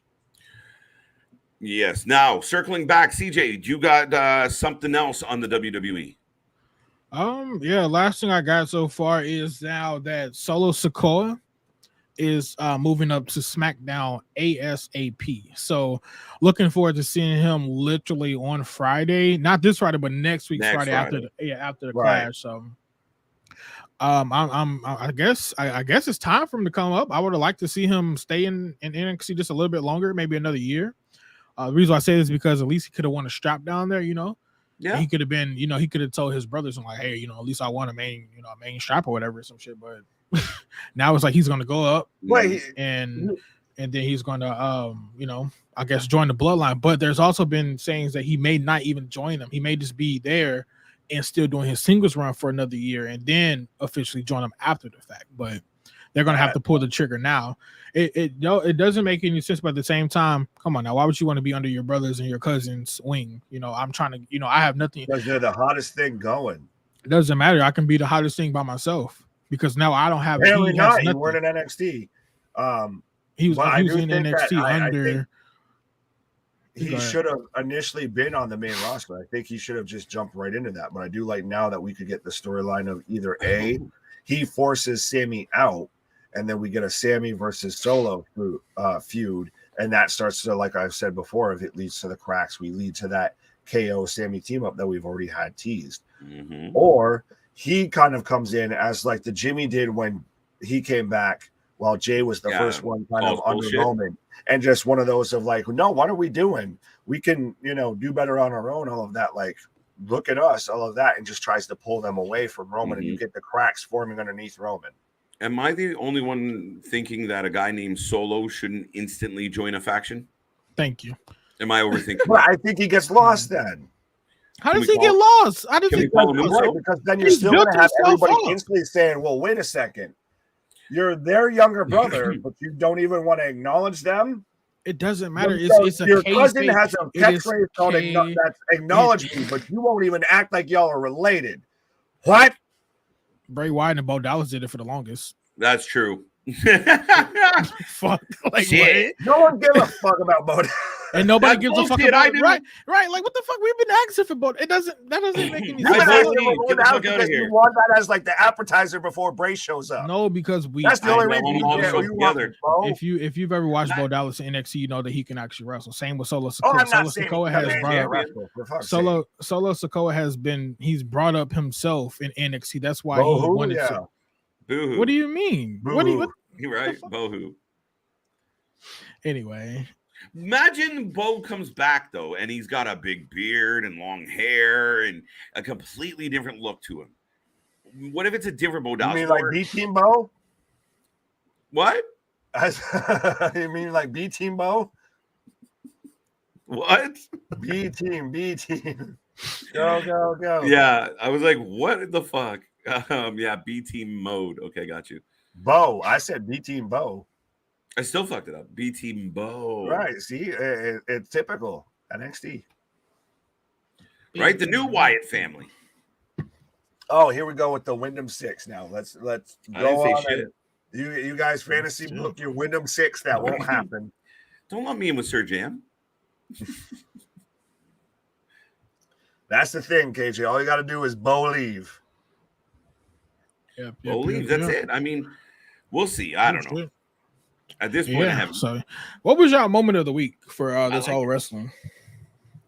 Oh, from like since the last, so between Thursday and Thursday. From Monday through Thursday. Oh, so far in so far this week. So yeah, from Raw, NXT, Dynamite to today. I got a quick answer if you're still thinking, Nick. Absolutely. I think my favorite moment was Riddle and Seth. That's not a bad first show. 3 days. I like how they did it. I liked how they did like the camera off in the distance as they were arguing in the parking lot. Mm-hmm. I thought they did it well. And then I thought Riddle going off for the first time since we've seen Riddle on this show. He got his first name back too. He got his first name back. Riddle. It's Matt Riddle. When he turned off that gimmick and just dug into like, I'll fucking kill you. It was, and again, the fact that maybe I'm just a big kid, but I'm like, oh fuck, they use the right. No, he went on the blood sport, Matt Riddle. I think the funniest shit out of that whole segment was it was Seth dumbass. He just sitting there talking about they left your bitch ass. I'm like, what? Like you look like a fucking little kid that's cussing for the first time. Yeah, he's like Kevin Hart. Like when he's talking about. Mm-hmm. My mama told me to tell you to mind your damn boy, I told you to say one swear word. You said 72 of them. Right? Ridiculous. But the Riddle situation was good. It was authentic. And you know what? I actually felt like the annoying, arrogant, like CJ just said with Seth, it worked really well against that, like losing your mind. Like, what the fuck did you just say? I'll kill you. They all have that breaking point. Right. And Seth just laughed in his face. And we all shit. Joker and Batman. It was literally one of those of just, you had the straight man and you had the guy that's just, I'm going to fuck your world up and just laugh. Right. And that they even had that fight, I'm no selling it. And even that they had that fight in the parking lot that was on like the CCTV footage or like the drone footage. Where you could actually see them like it's one of those of it's on site. Like the minute I see you, it's on site. Moist. What are your favorite moments? What's your moment? Was moist. Because there's a close second, but what do you guys got?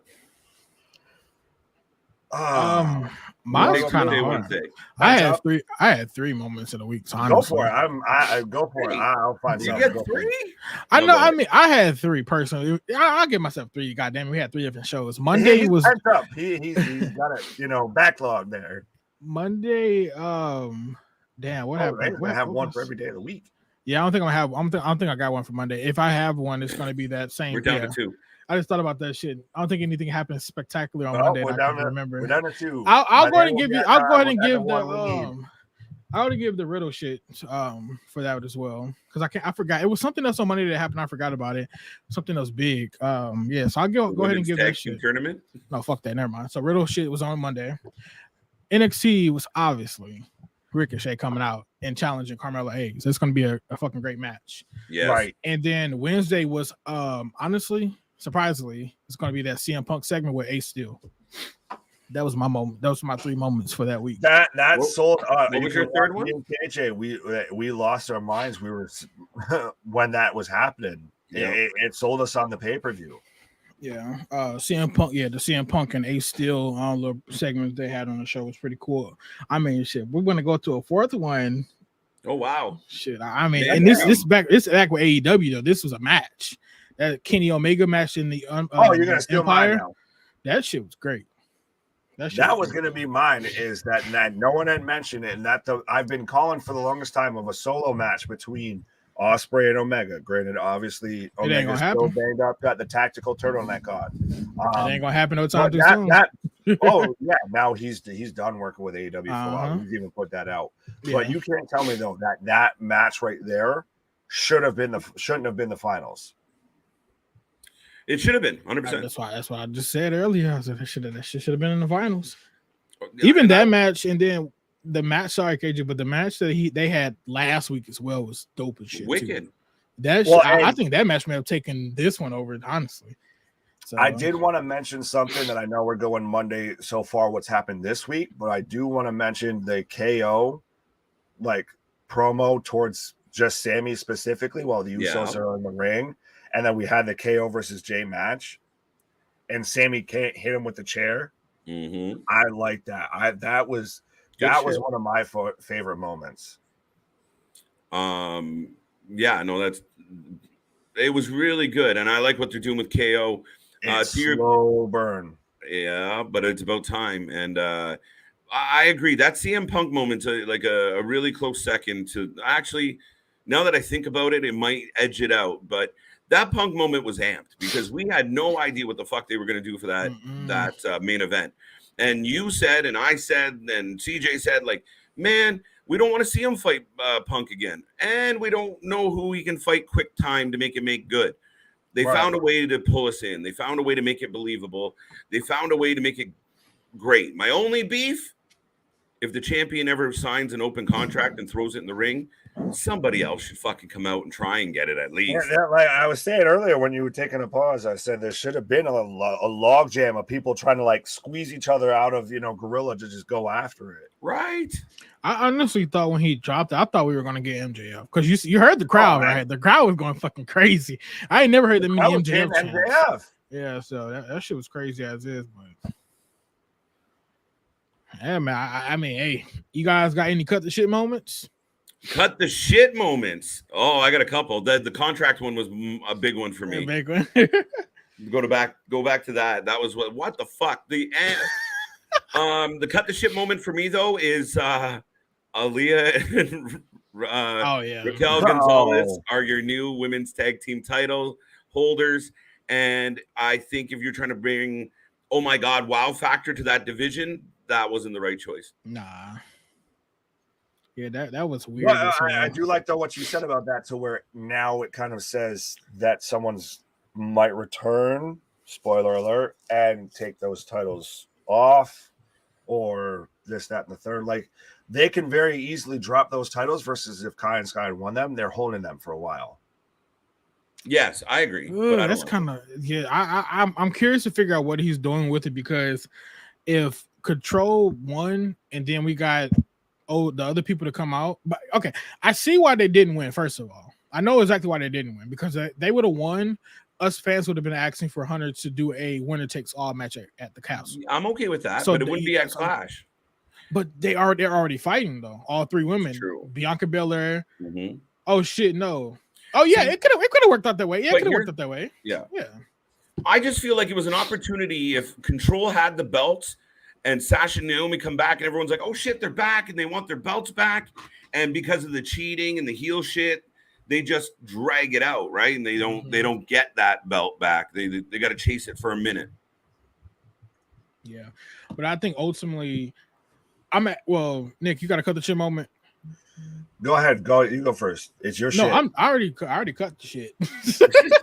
Oh no, I did. Mine was JJ's the only one that went. Yeah, like no, I didn't go no cut the shit. My cut the shit moment honestly would have to be. What show was we talking about where the wrestling was shit, but the promos was good? Was that No, that wasn't AEW. That may have been NXT. That was NXT. It was NXT. They had it was NXT. NXT was the whole show, all the wrestling we got was honestly that shit could have been put elsewhere. But the promos was dope. So that's my cut the shit moment. You had bad wrestling, but you had good promos. See, mine halfway ties into that, because mine was going to be more of just that generic. Very much, we can see the structure for the interviews and everything, where they have that little TV that every wrestler looks at sideways for some reason. Right? Like, why the fuck is it eyes on the side of their head like a fucking shark? And then you had just the generic locker sit up there while you had, insert former NXT wrestler talking to superstar who will be wrestling at Worlds Collide. You had Finn talking to Braun. You had Butch talking to Tyler B. You had Rhea talking to somebody. Like, it's just we didn't need that. We get it. But do we really? Huh? No, I liked it though. I liked it. This man talking about Ben sent that, but they cut it. Damn it! Damn it! Hands up. That. There we go. Fucking trying to click it like 30 times. How you know great minds think alike? Because we were both looking at the same thing at the same time. That bad tomorrow. What's the flush the shit moment of the week? God. Honestly, Aaron is probably it's right. It would still be NXT, bro. NXT was a flush the shit moment for me, honestly. Or I would go out and say this shit. I would give a fuck. Throw away All Out. Oh wow! Really? The reason why I say that, I'm gonna bring this card up because I got it right here. Cage, you said it earlier. These matches are dynamite matches. Where the fuck is the card at? Well, I guess we want to go into that. We go into our predictions and then we start eyeing the door. Yeah, but let me somebody tired of our shit. Let me just say some shit. All right, Chris Jericho, Bryan Danielson. What? Chris Jericho, Bryan Danielson. That's a dynamite match. Pac versus Kip Sabian, dynamite match. Elite versus Best Friends, with the trios built, dynamite match. Swerve and the Goy versus Acclaim, Rampage match. Am I lying? No. Ricky Starks versus Hobbs, dynamite match. Christian versus Jungle Boy, dynamite match. The biggest dynamite match that I'm looking at, FTR and Wardlow versus Jay Lethal and the fucking Guns. Dynamite match. No, that's a pay-per-view match. I would have liked to see Wardlow and FTR. I think me and KJ talked about this on the stream. To have them in that tournament, that would have been victory. Why you can't do that? That's dumb. It's bad fucking. They're booking. Minimizing your tag team and everything, but I don't know. But when you have the hottest tag team in the world on your roster, why are they doing some gimmicky 3-6-man tag? right? Like that's the point where it sticks in my head of this company burying the better talent. And when you don't, dude, it's like we talk about our channel, or we talk about, we had Big Ray on today, and he was talking about his network. And you watch us, if we don't build each other up and push what your strengths are forward, you get held back.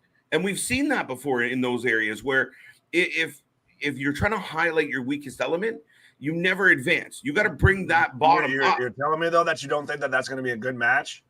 No, I don't even think Wardlow fits in that match. Wardlow should win that. Wardlow should beat all three of them. Wardlow should win all by himself, 1-on-3. And it's not saying that Jay Lethal and the Guns are not good talent. It's the way it's work. Well, no, it's that they're Goldberging Wardlow. I get that, but to me, I would have very much liked to see I'm just there even for FTR versus the Guns. And that's what I told him. I said FTR versus the Guns for the Ring of Honor belts, and Wardlow versus Lethal for the fucking TNT belt. Book those as two separate matches. Those are dynamite matches. No, wait. Title matches but a 6-man match is not. I'm confused.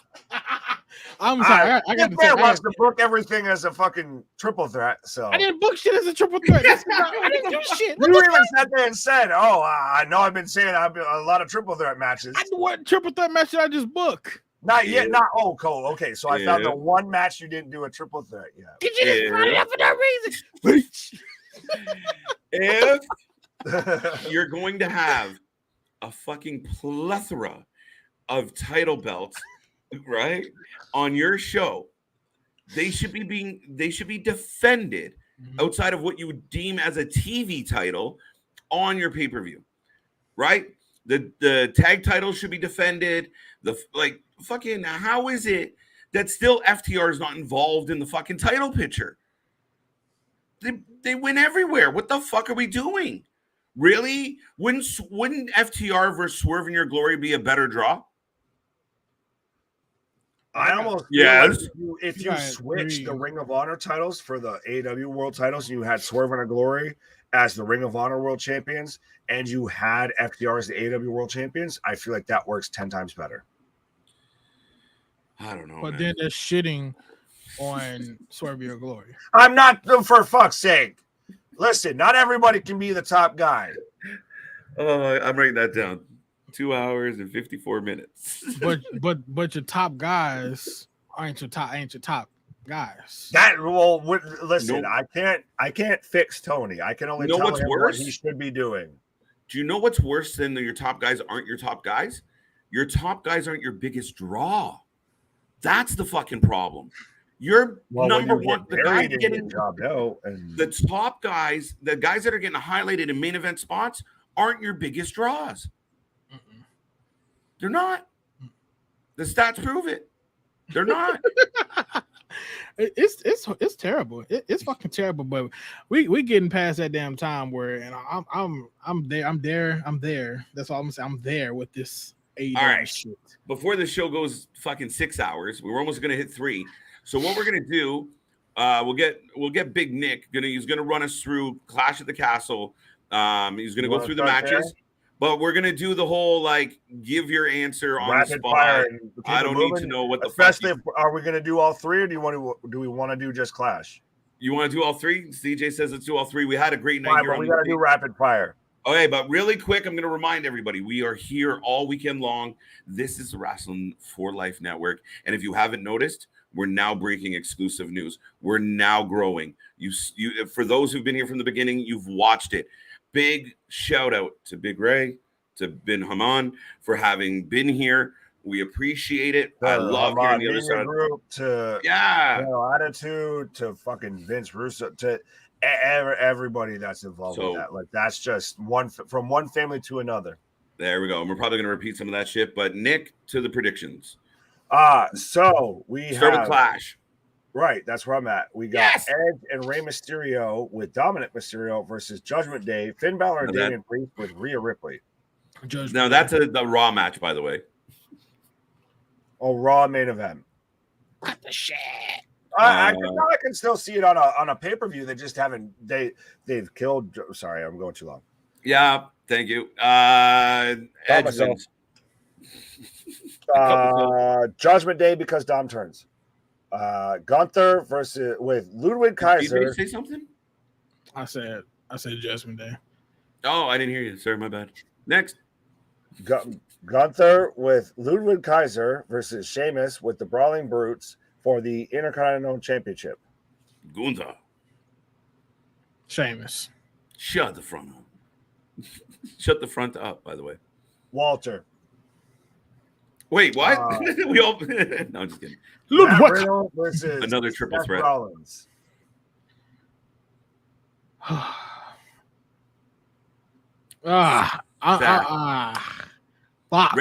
Randy Orton screws. Nah. No, Seth. I'm going Seth. I don't know about that one. That's a toughie. I'm gonna make an assumption of Riddle, but that's where I'm going. Yeah, I'm going Riddle. Fuck it. I think Babyface goes over Bianca, Alexa, and Asuka versus Bayley and Kai and Sky. Control. Yep. Facts. Liv Morgan versus Shayna Baszler for the WWE SmackDown Women's Championship. Shayna. My heart says Shayna. My brain says Liv. Let's go Shayna. Fuck it. Shayna, because Ronda Rousey gonna come out. Shayna. Ooh, I like that. It's juicy. And then pause. This motherfucker talking about who's Walter. Walter. Right. And then Roman Reigns with Paul Heyman. Is Paul actually going to show? But Roman Reigns versus Drew McIntyre for the undisputed WWE Universal Championship. Fuck. Theory. What? Theory.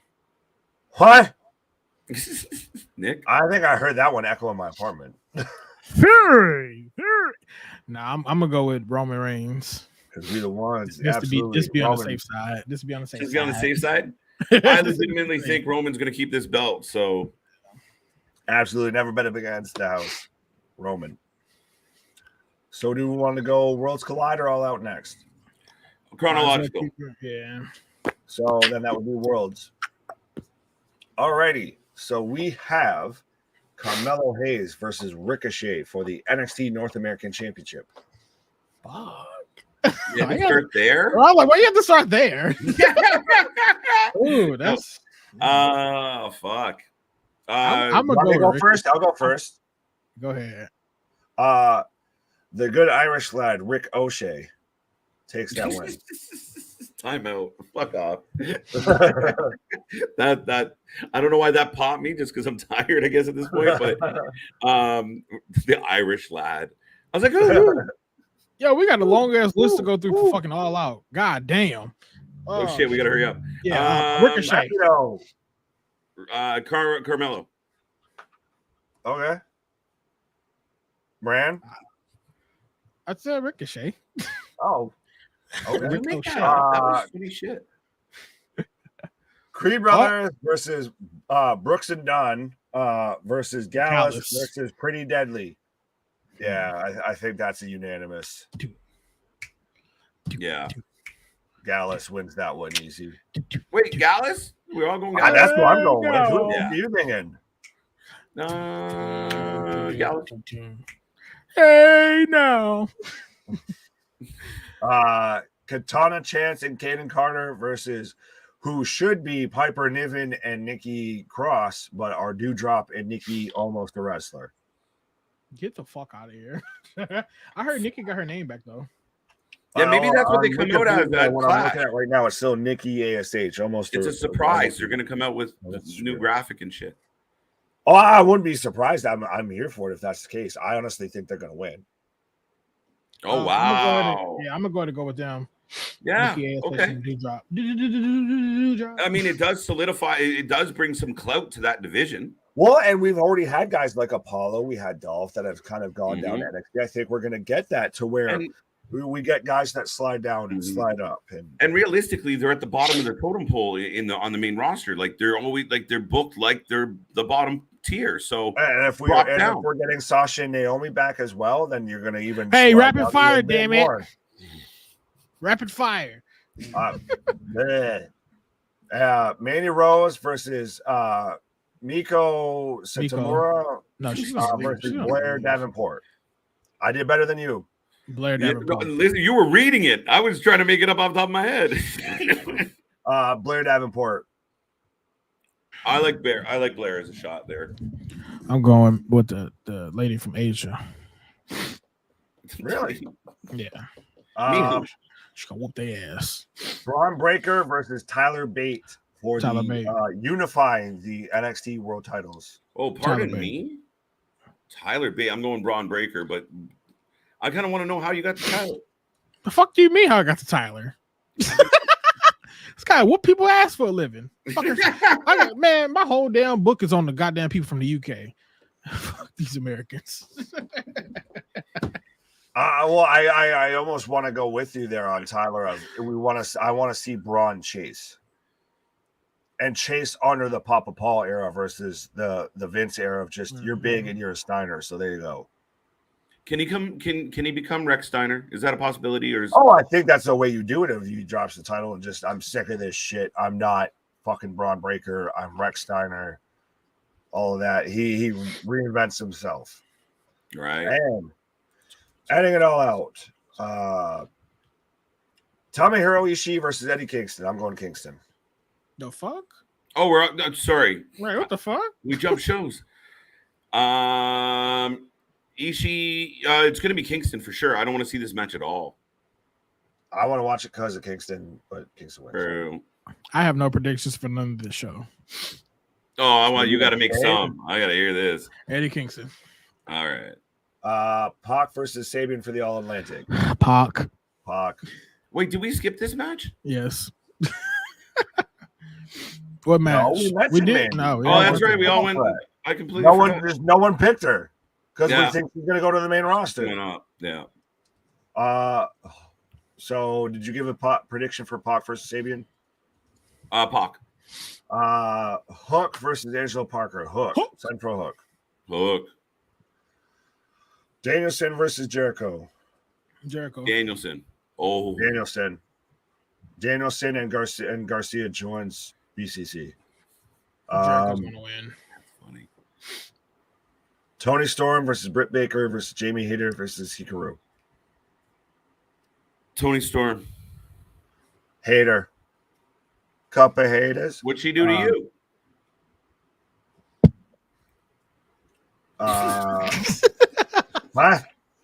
What? House of Black versus Darby Allin, Sting, and Miro. Miro team. House of Black needs a fucking win, like a desperately. Maybe that's why Malachi said, "Fuck it, I quit," because they were like, "You're gonna go under at the pay-per-view," and he's like, "I'm taking this shit."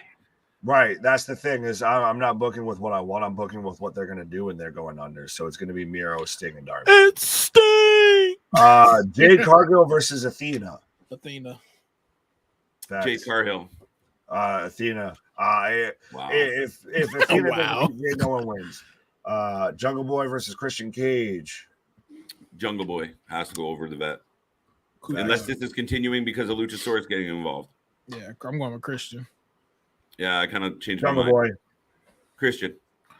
Wardlow and FTR versus Lethal and Motor City Machine Guns. FTR has to win this. Facts. With Wardlow. Right. I agree. CJ, you give one? What? He agreed. Okay. Claudio versus Yuta versus Penta versus Phoenix versus Ruth. Skip that match. Skip that match. So that's a battle royal. Well, it's the ladder match, but we don't know who the Joker is. We don't know who the hell all is up in the match. TBD. TBD wins. TBD always wins. It's gonna be fucking Wyatt. Shut your mouth. Swerve and Our Glory versus the Acclaim. Swerve. The Acclaim. That's a dynamite match and a half. The Acclaim's gonna win. Swerve. The Acclaimed is way much more over. He's not wrong.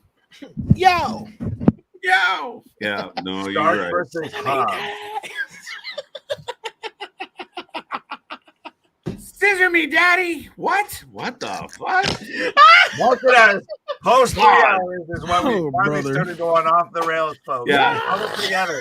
We go keep it together now. We kept it together for 3 hours. and now It's we're not just- our fault, bro. It's not our fault. This dude literally came out to my scissor me, daddy. Like, what the fuck? Right, and this is why I don't acknowledge that. I just that's a blank spot in my mind when it comes to So you professional don't- wrestling. you don't- I you don't- I don't know what you're talking about. Do it. So if I come up to you, bro, you're not gonna do it.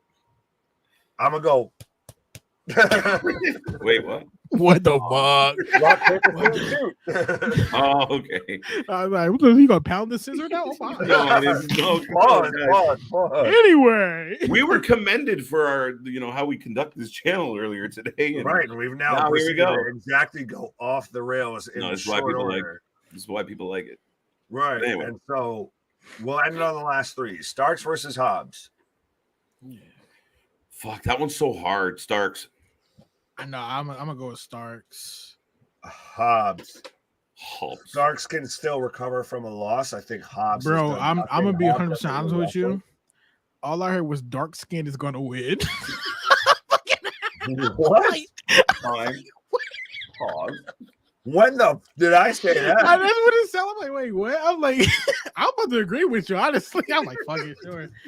Okay, yeah. That's You not literally are just hearing You your can- own realities. You there. can tell it's time for me to go to bed. Dude, we're gonna get canceled just for chuckling at that joke. You guys have that pass. Fuck them. Oh, Oh, next question. yeah, How the about man that? of the Caucasian persuasion. But so the Elite versus TBD. So either the Best Friends or the Dark Order. Dark Order. I wins. think this is a layup. Oh yeah, it's a layup. I mean, would they really give the trios title just out of because everyone's like, oh, they're gonna take it. So being spiteful, they give it to fucking the Dark Order and Paige. And Could they? that would be even worse than what they've already done. That's you've already fucked up, and then you just That's still what I'm fuck worried up. about. Da da da. Powerhouse Hobbs. This motherfucker talking about the Xbox, bro. The Xbox is black and white now. Lawrence thinks best friends are gonna win. No. The best friends. Oh. So who are we picking officially on that one? I got I'm Dark taking Order. the Elite. Easy. Yeah, it's got to be the Elite. Dark Order. All right. Ooh. Just because And- if the Elite would have won, bro, but Bobby Fish has been released, so Oh, you're saying there's no angle to Oh, walk you're out just of? saying they're not going to do that angle? there's no angle for I don't see an angle for them right now. They just run that division. That's what it is. Of course, they get what they want. Yeah, But they can have Moxley matches with the versus best Punk for friends. the AEW World Championship. MJF. Facts. Shit. He got a Money in the Bank too? You got the Um, fucking If you Diamond come down with Rings. the Joker, that's Oh, yeah. basically what you get. Oh, fair enough. That would be fucked up. MJF wins the ladder match and then takes the belt home. I see Punk winning, and then there's shenanigans involving MJF afterwards. I'll leave it at that. Do you think he has a new heater? Remember, he hinted at getting a new heater, like a new bodyguard. Nah, I wouldn't be. It could be Morrissey for all. I was gonna say it could be Morrissey. Oh, that's interesting. Because who the fuck did he beat up? Who did Morrissey beat up on the show? He got beat up by he beat up the Wingman, but he got beat up by Wow. Wardlow Yeah, previously. he lost to Wardlow, but he beat up like 4 men last night and made them look like children. I'm mad, bro. I didn't go over any of Tony Khan's his media call for All Out. The Elite. Well, that's the predictions. Did you guys? We all pick Punk. I'll pick Punk or not Moxley. I'll put it that way. I'll pick Mox. Huh? Yeah, I'm putting All right, Mox in quickly. We'll get off pretty much just in a couple seconds. Do you want to just briefly touch on anything on that press release? Nope. because I would be here for an hour. Yeah, I guess we'll save that for another day. Yeah, that's a pretty lengthy topic, but I mean, we got 5 hours all out to talk about Tony and his press releases. So, Well, if you're not down with it, I got 2 words for you. right. Good question. Prediction of the Joker match. Ooh, Wyndham. MJF. I like MJF. I'm sold on it. MJF. Yeah. If it's the Fiend. If it's the Fiend, what that ends the pay-per-view. You already know who's winning. You already know who's going over with everything. Like this man. There's so many possibilities. There is a lot of possibilities, but with that being said, we've ran another 3 hours because why not have a long Thursday before an insane weekend? And we've been talking. We're gluttons for punishment. What's that? I said we're gluttons for punishment. It seems so sometimes, but this feels pretty pleasurable most days. But pause. That being said, folks, we are going to try and head towards the door. We thank everybody. If you're new here, thank you. If you're old here, thank you. If you just stopped in for a cup of tea, thank you. We appreciate everybody. Huge shout out to Big Ray. You know, not ordinary Ray, Big Ray, and big shout out to Bin Haman and their whole network, Attitude Channel. You know, a shout out to group, all that. You know, keep in mind, Vince Russo gave the green light for that conversation. So, I mean, shout out to him. I mean, they had resounding things to say about him. The very interesting story. Nick, any final thoughts on that interview, and then CJ as well, because I know you were watching.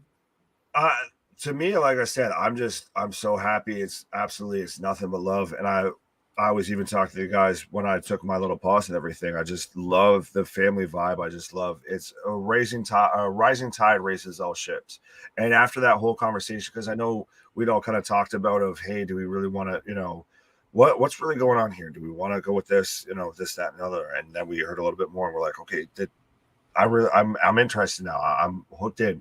And just now, after hearing that whole conversation, like honestly, as somebody who's been very critical of Vince Russo and everything like that, all the way going back to WCW and everything, my opinion very much has changed on that man. I'm interested in everything that I love the vibe. I'm sold. It's changed my opinion on the way that the wrestling media we get is presented. What? Any thoughts from you, CJ? No, man, I'm all good, man. I'm ready to close the doors because the crowd is still amped up and ready to go. But God damn it, it's late. It's late. So let's get out of here. Folks, we are back. I think I just screamed in everyone's ear, but we are back tomorrow. Doubleheader Friday. Clash, breakfast with the boys, brunch with the boys Saturday. Clash at the Castle, 1 p.m. Eastern. What? You buying our lunch and our brunch? Sure. Expensive. Keep the receipts, motherfucker. Business expense. Right. But Clash at the Castle. We're on at 1 p.m. Eastern. We don't know when we're gonna leave. And then Sunday, NXT Worlds Collide, 4 p.m. Eastern time. We're probably gonna be on early on both days, by the way. Keep that little bell going. We might just feel froggy and leap. So, and then the cap to the whole weekend. Hopefully the cherry on top, not the shit on the shit sprinkles. Yeah, right. They turn in the punch bowl. We have AEW All Out, like you heard, not just from us, but from some friends. Nobody does it like we do, folks. We told you from day one. We've just getting started. We're at like 5-6 months. We're just a baby, and we're growing every day. We can't thank everyone out there enough. The man, the myth, the legend, CJ Brand, the troublemaker, Big Nick, Mr. Iron Man, KJ White. We thank everybody out there. Come back tomorrow. Tell everybody you know. And until then, we'll see everybody on the flip side. Peace. Bye-bye.